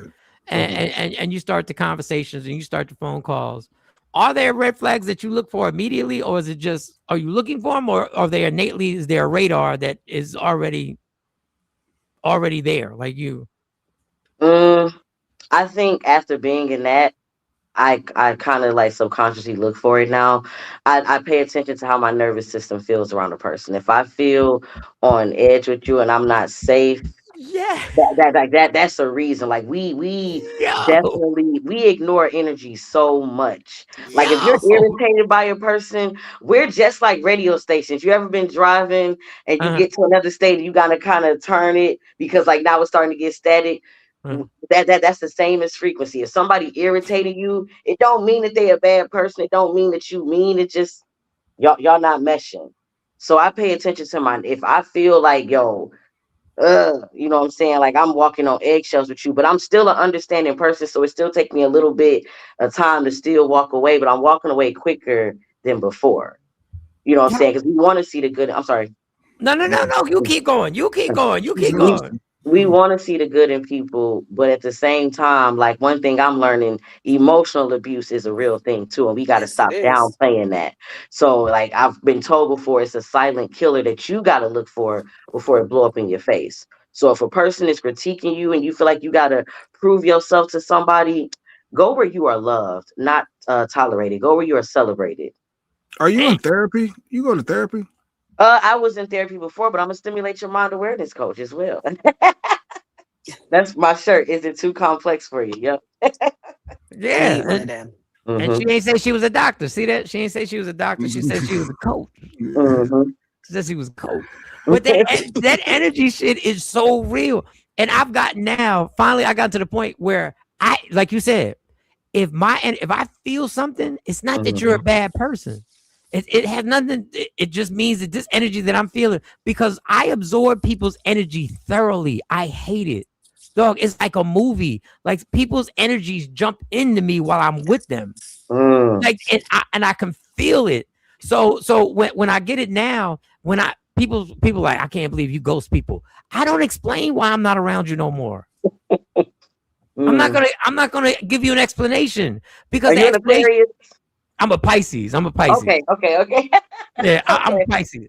Like I can't explain no more. Like, and I don't confront you with it. I don't tell you make me feel some type of way. I don't tell you. Listen. Don't take none of my advice, y'all. Y'all watching, don't take none of this advice. This is what I do. I'm just removing myself, and I'm getting as far as, because that energy, because I'm a people pleaser too. So that energy will turn into me. I'm a chameleon. I can give you what you want. Like I can fit into multiple places. But the problem is when you start doing that, you start losing who the fuck am I for real? Because I've learned to be able to flip into, I can be this funny guy, I can be this serious, I can be this overly attentive person because you seem to need that, because you if I don't compliment you 12 times in 7 minutes, you feel like something's wrong. And if I'm not appropriate with my language, I can flip that. And so I just have to go, like, if I'm not comfortable to be exactly who I am at that moment, we just got to part ways, and you won't even know it. You won't even know there was a problem. And I don't know if that's healthy. Don't give a fuck. That is just that's what I'm doing. Complex, you got me rapping and talking. I KT, see. You going on and on and on. Shout out, what up, Britt? By the way, she's from Kentucky, Mike. This is a new viewer watching from Kentucky. I think it says Britt. Britt, I think it's saying Britt. Yeah, Britt. You know, yeah, these we from glasses, all over. I gotta get so close to the screen to read this shit. He was asking if we was from Philly. Some people from Texas, from Virginia, Cali, Australia. You got a bunch of people from all over. But yeah, I'm from Philly, Britt. But go ahead, Mike. I don't want to put Complex. Complex, were you watching the show? You just popped on. Were you watching the show? You just popped on a few minutes.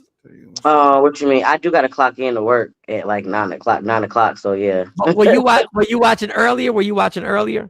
No, I couldn't. I was getting ready. You know, that's why the whole bonnet thing is still on. Yeah. I don't know you like that. I ain't taking my scarf off. Yo, let me. Now I want to. Single Complex. You single, right? You single?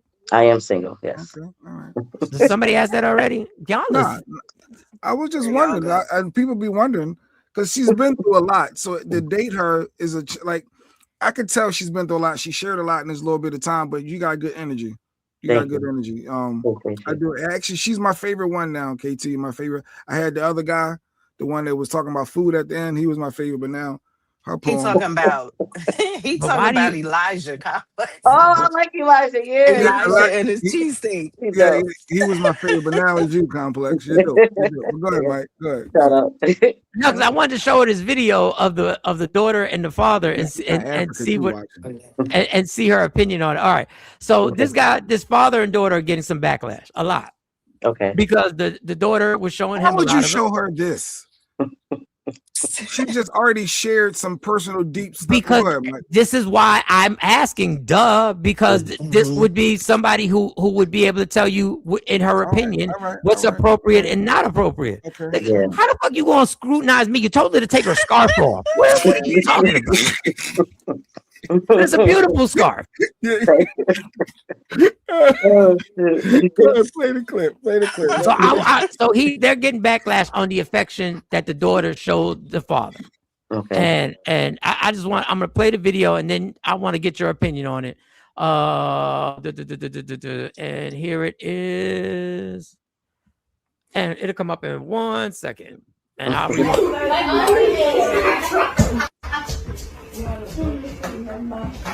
Kaylee,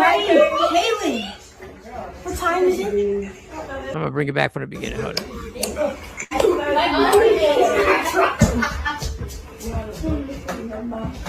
Kaylee, what time is it? 1, 2, 3, 4, 5, 6, 7, 8, 9, 10. 11. No, I already got hit his arm. Ow! No, not in the back. 14. Alright, 1, 2, 3, 4, 5, 6, 7, 8, 9. Caius. Hey, look, Fred. I'm not waiting to come home. I'm so excited to see you. Because I missed you. All right, so the backlash, the caption went over the top, and you know some people using the P word to describe him. Your thoughts? I honestly just see a baby girl sitting on her dad's lap. I feel like we have a lot of trauma in the Black community, and it goes back to slavery. A lot of incest from like the Southern days, and we will project our fears onto people. Because I know growing up, you're told not to sit on a man's lap, right? But it's like, okay, so my mom didn't pick the best men, but it's like they were good father figure. They tried to be what they didn't have. So it's like, you're telling me this is my father, and I'm watching on the Cosby Show, or I'm watching Family Matters, and I see that they even kiss their daughters on the lip, right? What we want fathers to be active, but then we put this wedge between the affection part.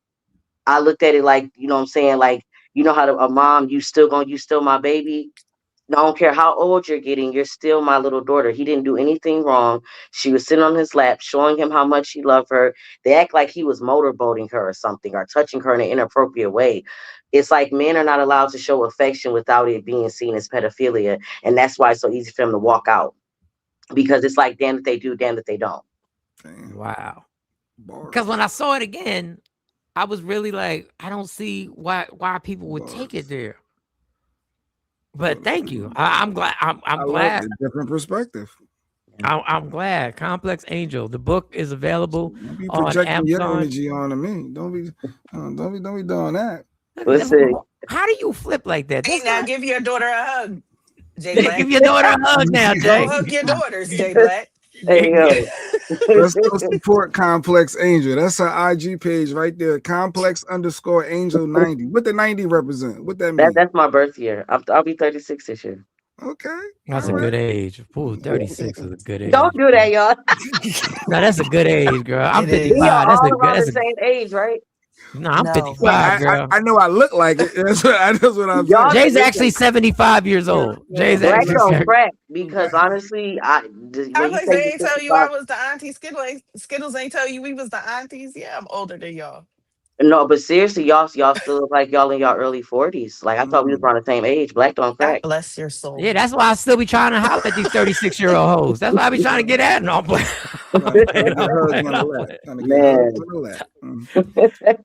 The book is available Amazon. Complex Angel. We would love to have you back. I know you got to go clock in, so I want you to don't want you to mess anything up. Appreciate you. If you ever would like to join the show, if you would ever like to come back and promote something, is it something you're doing you want to promote? Please holler at KT. The door is open. I don't say that lightly. I'm for real. There's something you need to promote. Cast Something in the that's going Splash on. Squad. Yes. And what's the Splash Squad? What's that? So I'm in a group called the Splash Squad. We're a sisterhood. We splash where we get erotic. We pour where we get vulnerable, and we affirm, just like water and everything. We purify you in different What? ways. You giving people baths? Wait, what's she saying? We purify you through our poetry. You got to just see, like, okay. that's why I was Your mind. Okay. So what I did today, I poured with that piece, Borrowed Hours, but it get erotic too. Yeah, Mike, it's layers to comment. No, that's layers because I knew a chick who could splash. I was strung out for a while. I had to go to therapy to get away from that. Don't go chasing waterfalls like TLC said. I wouldn't have recommended to nobody. I know it sounds good. No, stay away from stay. Complex Angel, thank you so much. Have a great week, and please don't be a stranger. Complex Angel, y'all. There you Definitely go. not. If you can, Kirsten, send me their IGs. I'll follow y'all on IG. Seriously, we'll keep it. Will do. All Need right. you to subscribe to the YouTube Love page. Like, subscribe, and share. Okay, well, I definitely will. Thank y'all. Peace. All right, peace. Thank you. That was dope. That was amazing. I can tell you were into her because she's a good thinker. I like her thought process. But she shared a lot, and here you go when we playing clips. I said, what is he doing? And look, and the clip she gave us the point of view that nobody wanted to give. Everybody else was claiming that they were seeing Epstein Island, and she said, I just see a daughter. I just see a dad and a daughter just glad to see each other. And the third time I saw it, I was like, wow, I really don't see nothing wrong with this. And I'm glad she said it. I'm glad I showed it to her, damn it. And it was her 14th birthday. I listened again, and the girl was punching her 14 times to say happy birthday. So it was the girl. She's 14. So, but yeah. So y'all discussing folks in the comment. It was your disgusting folks in the comment. All right, Kate. All right, how you gonna talk about that was your best one? Yeah, I ain't a hater. I just well, she still should have had the scarf off. She still. The scarf was beautiful. I love the scarf. On YouTube, you're supposed to take the scarf off. Like if you're going to take the scarf off or something, it should be if you're going to be on YouTube. The scarf is in her own comfort. But I get it. I just had an issue. Come as you are. Didn't you hear her? Yeah, Come as you are. She did say that. But we still can. I still can judge. I can still. But yes, but no, I think she was my best one though. All in real talk, she was my favorite. She's definitely my favorite. Yeah, that'll be for a little bit. More of the Splash Squad to come. Like she really was performing. Like some of your, I don't want to criticize. She was into it, and you could see her going through the emotions, the levels, the inflections in her voice. Like she was into it. So I'm glad we didn't just play a clip. We got to see her live. In all seriousness, I thought she was dope. Let me see if I can get. That's coming from me, KT. I'm giving Thank love. you. I'm giving love. He act like his shit. Appreciate the love. When I give love, is a difference, Mike. Because I don't just give love out. I don't just do that. Just say people, oh, you're amazing. I don't do that. Well, you kind of do, but anyway, I don't. I don't just say everybody's dope. I've seen it. I've seen you. I've seen you tell people they were dope, and then tell me they was whack with as the fuck. scarf. Queen Bean, she with me with the scarf. Yeah, you coming on YouTube, you coming on our show, respect our show. Take the I scarf. like the scarf. The scarf is fashionable, y'all. Y'all kill me. You know how many performers have scarves on? Hey, Complex. Complex, what up? Complex Angel. Hit subscribe, Complex. Yeah, there you go. I love the scarf. Jay just he want to do is like he's just weird. You're very old. You're very old fashioned. Like you're very old fashioned. You have a very like you were born in the 50s. Am I projecting my slavery days, as she said? Like, what am I projecting? I'm I don't know what you're projecting, but you like you gotta have your hair done before you get on there. Like you're projecting old head. My father used to do that to us. KT has never got on here with a scarf on her head. But I wouldn't have a problem if she did. But it would be dope. You ain't had a scarf on your head. You had a baseball hat. I've had a baseball hat, and I've had, well, it's not just a scarf or a bonnet. I do wrap my head. I've come on here with my head wrap. Okay, head wrap is different. But no, but Complex is dope. I ain't even going front. All right, thank you for being got that bed. Buy that bed again. She had people in tears. Shelly was in tears. No, she almost got me. She had me a little. She had me a little misty. She had me a little misty. Ain't gonna lie. I was like, damn, that was good. That was deep. And then the way she took you on the road with her, like I usually don't do the poetry thing, KT. I really don't. But that was dope. LOL. You gonna get this guy?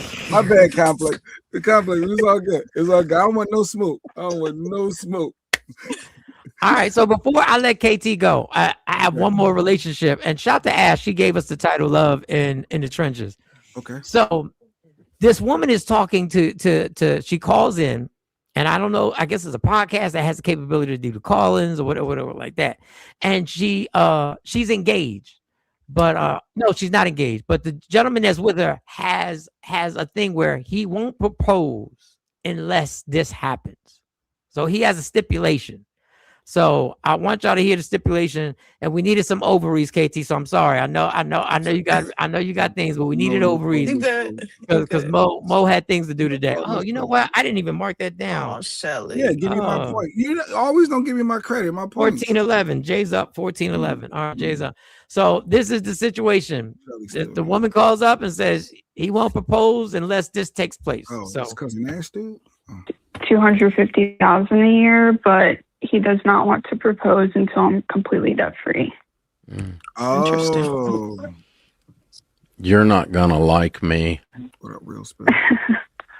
If you were my daughter, you want to know what I would tell you? What? Dump him. Yeah, I mean, he's a great guy. No, he's not. No, he's not.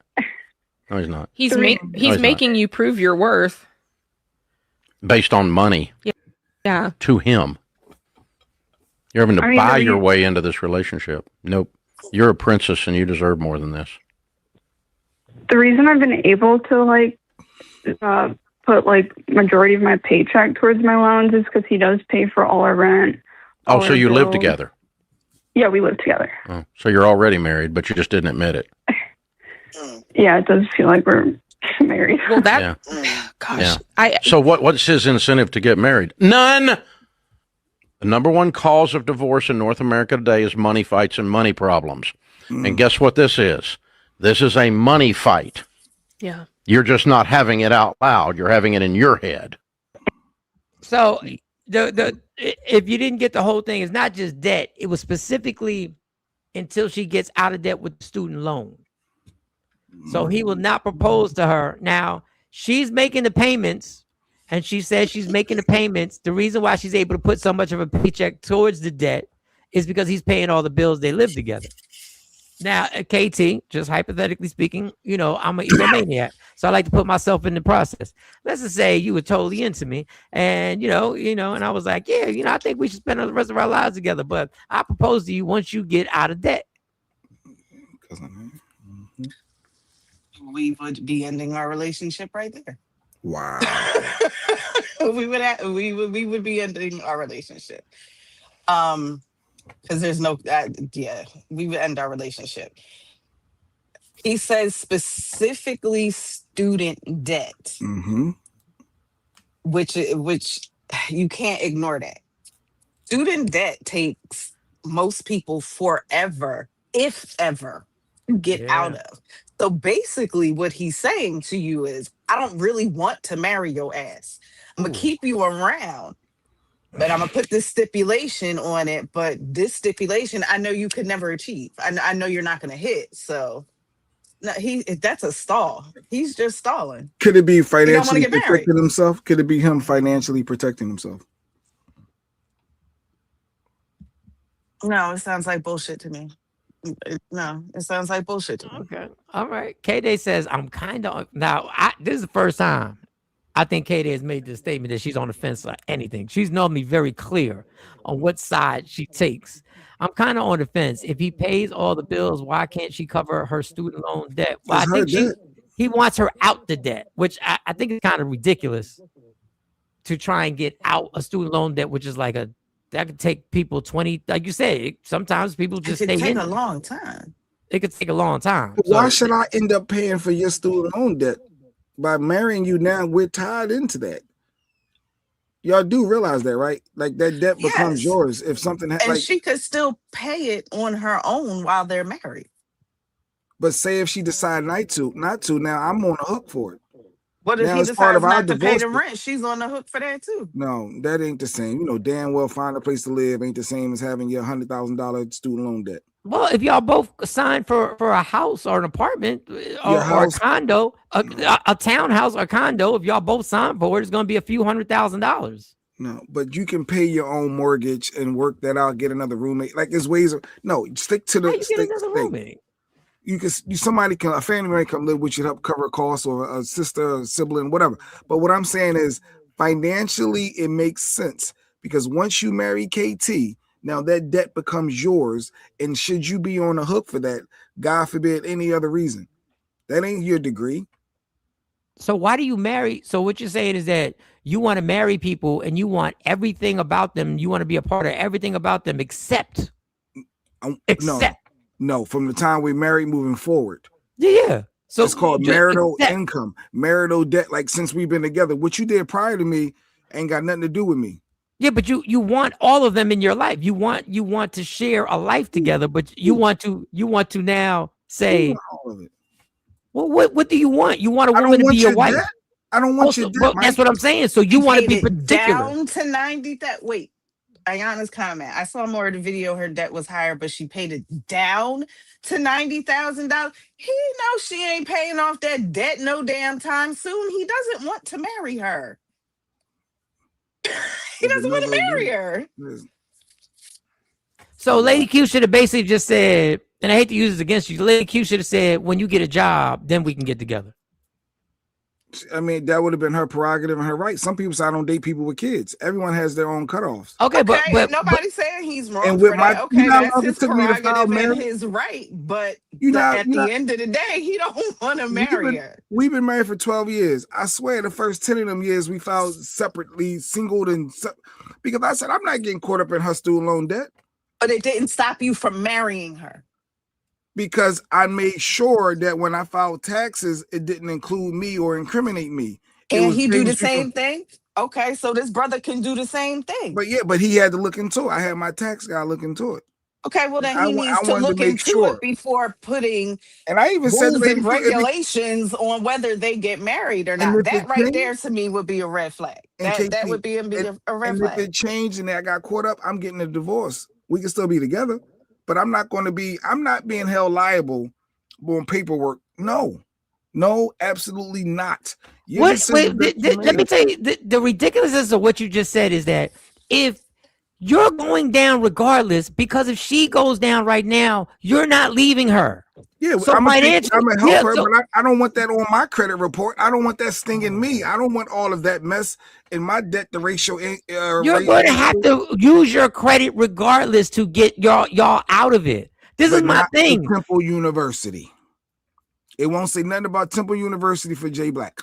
But you're going to, if she goes down, you're going to have to do whatever it takes to get her out of it anyway, which means you're going to have to use all your financial resources to get her out, to help her get out of that, regardless whether it says it on paper or not. No, I'm not. I'm not doing nothing. No, you are. You have no choice. You mean to tell me if something happens to Lady Q's loans, God forbid, anything happened to her loans, you're gonna divorce her for it? If it incriminated me, it's paperwork. So we're gonna get a divorce on paper. So I'm not legally binded, and I can whatever you can do bankruptcy with that stuff. But I am not being held liable for her student loans. Jay, the only thing there's nothing that's gonna change because you're gonna ruin your credit trying to get her out of it anyway. How am I ruining my credit? Because you're gonna do whatever it takes to get her out of it. I need you to put your wife's comment up, please. Wait, where is she? Put your wife's comment up, please. Wait a minute. I'm behind on the comments. Can I come up, please? I put the link out there, Real Spill. Hold because you're missing the point The that link is she there. just hit. Wait a minute, where's she at? Val says for richer or poorer, either way, she would be in a better situation by him paying all the bills. He just wants. Yeah, my wife's a stay-at-home wife. She ain't paying no bills now. But what I'm saying, okay, let me go back to this point. Wait, let's just say that Lady Q. I've been telling him to Not file that one. separately from the beginning. I don't care if we file I jointly. filed jointly because we got better kickback as a married couple than single. So that's why He I have has my another checks down. comment. Okay, let me go. All right. He doesn't understand how That one. student loan works. My debt will never be his legal responsibility. And that's good. I don't want it to be. But then why can't he marry her? She's not But- like in arrears. but- And she's but not this like is- in default and all that. But my point we is, provide- excuse me, go ahead, go sorry. ahead, Real Spill. Go ahead, Morning, Real Spill. everybody. Go ahead, Real I Spill. I need some context. Like, what is the situation right now? Like, they live together. What's the situation? What's They the live context? together, and he won't propose to her till she's gotten out of her financial debt. Okay, so what's the problem with her paying off the loan? If they live together, I'm pretty sure he's covering the majority of the bills. So the problem somebody would have with that is she's $90,000 in debt, and he's trying to make a stipulation that we can be together and be exclusive together, and we can do all the exclusive things together. But what I won't do is make you my wife because you have some debt, which means you don't want the whole person. You want stipulation. No, I want the whole person. Yeah. This is what he's trying to do. What he's trying to do is he's ambitious enough to maybe take care of that. You know what I'm saying? Because sometimes you don't want to marry irresponsible. Someone becomes a liability to their life. That makes sense. Yeah, he broke up a little bit. It's not like you said you're you don't breaking want up. to marry irresponsible person and then take on their debt. Try and go out and then come back in and try and come back in. My thing with this is He you said got it would be a liability on him. Student loan debt is not going to become his liability. There's no putting that on someone and saying no bitches either. I'm sorry, go ahead. Lady Q and exactly that right there. That right there. She ain't never paid A her lot of student people loan. don't. I still got student loans sitting there too. I don't have $90,000 worth of student loans, but I still have student loans too. What's that mean? But I if can't you get are married because I have a irresponsible, student loan? but should your partner take on your irresponsibility? Dog, Before y'all even got together, Mike. Then don't get married to a Why is it person. irresponsibility? Because But then my thing is, don't marry a person because they're irresponsible. But don't say I'll marry you as long as you clear this up. Like say I can't get married to you because you're irresponsible. But you can't have a custom-made person and be like, I'll take this. I'll make you my wife for life if you do this, this, and this. But I need this out of the equation. I need this part out of the equation. Sounds like he needs to pay his cell phone. Just because someone owes something, has a debt, does not make them irresponsible. You have a mortgage, right? That's a debt. You have a car payment, right? That's a debt. You pay your debt. You pay it on time. But just because you owe something, you have a debt, it doesn't automatically make you irresponsible. It means you took a loan. And sometimes child support can be worse. Remember that thought, Real Spill. Than student loans. Because I've heard cases of people we're married and the child support is coming out of our income that's in my lifestyle. Like I've heard that. So I mean, I just think it's weird that people want to pick and choose what part of my life that you want, but you want me all. You want me all to yourself, but you don't want everything that I'm going through to be involved in. But you want to say you want to get married. Mm-hmm. Go ahead, Like, Real Spill. Break it Real down. spill. Go ahead. Okay, so what I'm got, so in my opinion, is maybe it's not the actual like debt. It's can you accomplish this? Can you pay it? Because we together, it doesn't matter if we're married or not, we're together, but here's a challenge to see if you can accomplish this thing. And if you can, the reward is the marriage at the end, because we don't have a mortgage. The reward is the Mortgage marriage. is whatever. Excuse That's me. ours. Whoa. I didn't go to Whoa, school. whoa. Talk your talk, real spill. Don't let Whoa, them whoa. get it off your chest, homie. He said you get rewarded by marrying. It is a reward, isn't You it? get rewarded by marrying me, but please excuse my mouth because I happen to talk like a trucker. Who the fuck are you to challenge me on anything? Who are you to issue me a challenge? And why do I have to complete a challenge to marry you? I'm gonna tell you who I am. I'm the man. I'm the one that's responsible for you. I'm the one that's building you up. I'm the one that's taking care of you. I'm the one that's responsible for everything you got going on here forward. That's who I am to tell you. Hold up, real spill. Hold up, we real take spill. care of each other. We do for each other. Hold up, real spill. Real spill. Real. No, we do for each other, honey, because I do a lot for mine. Let him get it off his chest, Mike. I'm loving this. Go talk your talk, real. Don't let them go ahead. Keep going. You're supposed to give me your all. You're supposed to pour into me as I am into you. I just want to see if you can do this. I'm already doing it. I don't have the debt that I'm carrying. She's $90,000 in debt, and she's actively paying on the debt. What more does she have to do? Pay it off. Okay, so you gonna sit around for 15, 20 years while she pays off a $90,000 debt and say, "I'll marry you in 30." Okay. What if that's her income? Let's just say her income can't knock out $100,000 in 6 months. Are you gonna wait all that time? Okay, listen. Let's just be realistic, right? So she went to school where she owed over $90,000 because she said she paid it down. If her education doesn't provide her annual salary over $100,000, then that was a complete waste of time. Okay, but what the video said was she is paying on it and she got it down to $90,000 so far. No, because most people who spend let me just push back on that real spill. Most people who spend all that money on college realize when they come out and get a job in their field that the field is not paying exactly what they thought it was going to pay.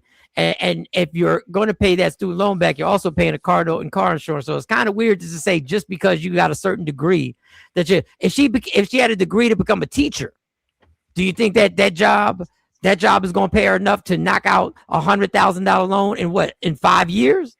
That's not realistic. It depends on your ambition along with your education, because no one goes to college for all that time to be stuck at an elementary school teacher. You would probably want to become like a principal.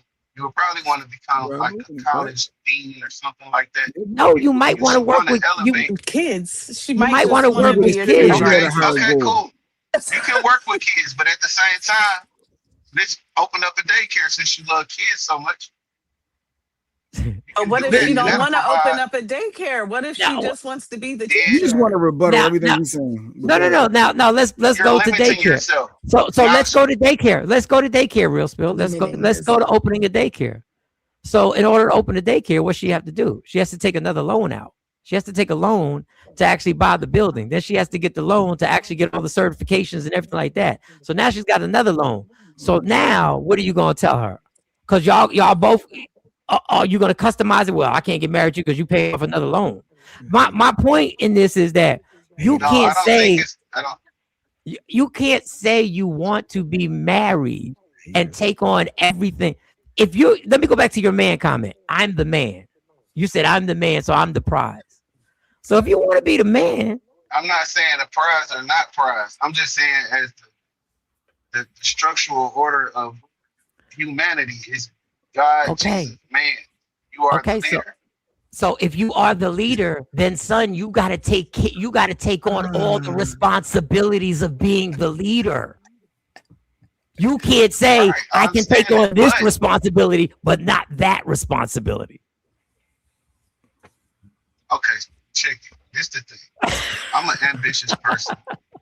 I get it. So I would rather my person be as ambitious as I am. So if I put you up for a challenge, it's only 90. Not saying 90,000 isn't a lot of money. That's a whole lot of money, right? But I'm saying, like, I know truckers make $2,500. That's $100,000 a year. At least 60 or 70. You can pay that down in 2 years if you're living with me already. You don't have a whole lot on your back if I'm already consuming the majority of everything going on. Mm-hmm. You got a car note, cool. You got you're on my insurance, so you're not paying car insurance. So it's a lot that gets off of your weight lifted off of your back if you're with me. So I know your finances, so I know you're able to pay this down. I done already calculated in my head and gave you a challenge. You're rejecting the challenge because you feel like it's an ultimatum. I'm just challenging. Yep. No, because you turn marriage into Survivor. You turn marriage into Survivor. You're giving challenges and obstacles to try and prove something.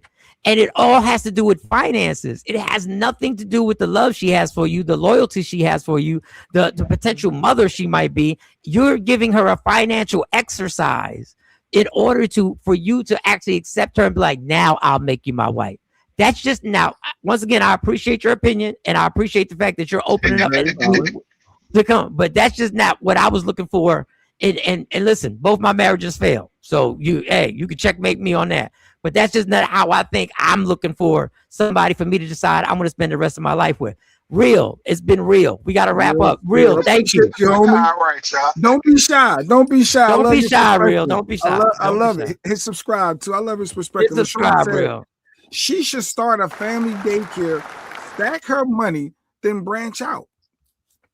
It's that simple. But what if she doesn't want to do all of that? Like that. But where's her ambition at? It goes back to what he was saying. Where's her ambition? Where's her motivation? Ambition got her through school and got her in the position that she wants to be in. She's working in the position that she wants to be in. So she went to school to be to let the man be able to dictate the marriage. Like she went to school for that.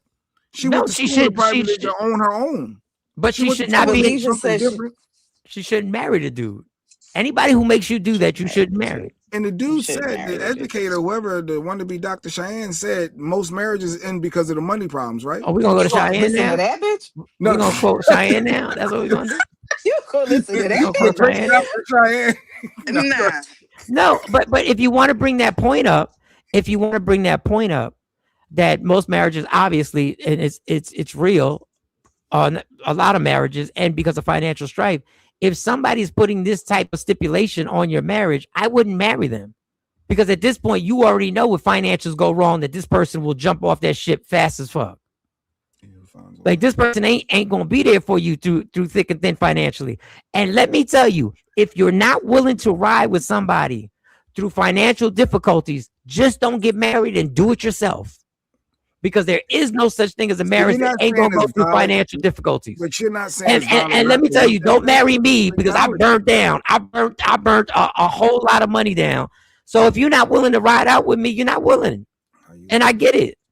Take responsibility. He did. He said, "I'm taking responsibility by not taking your responsibility, taking on." But you're not. If you don't want to take on, if you don't want to help somebody take on their responsibilities, then don't get married. Challenge me, Spill. Real men lead. And if real men lead, and they keep asking, do you make $100,000? Why y'all coming at my man? He probably do. If he did or he didn't. And dog, $100,000 is not going to solve everything. Let me tell you something. If y'all think $100,000 is solving everything, and you got a mortgage, and you got insurance, and you got car notes, and you got kids, let me tell you something. You live in check to check.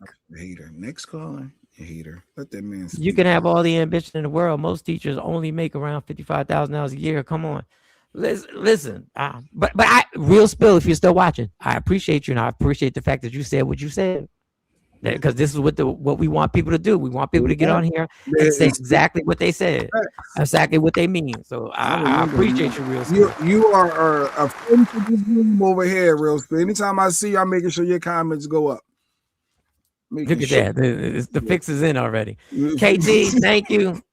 Thank you, KT. Thank you, everybody. I got to go to my high-paying job. Oh, you missed the whole thing, Ash. All right, you got to go watch it. Cousin Ash missed? Oh, maybe. Missed it. Yeah. Go back and watch that. You got to watch it. Ash, you might want to watch that and just relax. I know you're 100. I'm just going to leave the phone right here because I know it's going to go off. That's why she ain't married. Don't let your blood. Don't start that. That's why she's not married. That's why she ain't proposed to yet. Ain't nobody proposing to Ash. First of all, the woman is pregnant. Can you stop? The woman is pregnant. The woman is pregnant. I'm going to let her go. She's 152 weeks pregnant. I'm going to wait. Fact, she should have been dropped this low, but I'm gonna wait. Now she should have been dropped this low. This is ridiculous. All right, y'all. Shout to Complex Angel for joining the show. Shout to Complex Angel. Thank you, KT, for making it happen. It was you're doing an amazing job. And that's it, y'all. Sexy Mo will be back tomorrow, hopefully. Love you for who I am, not who you want me to be, because I can never be that.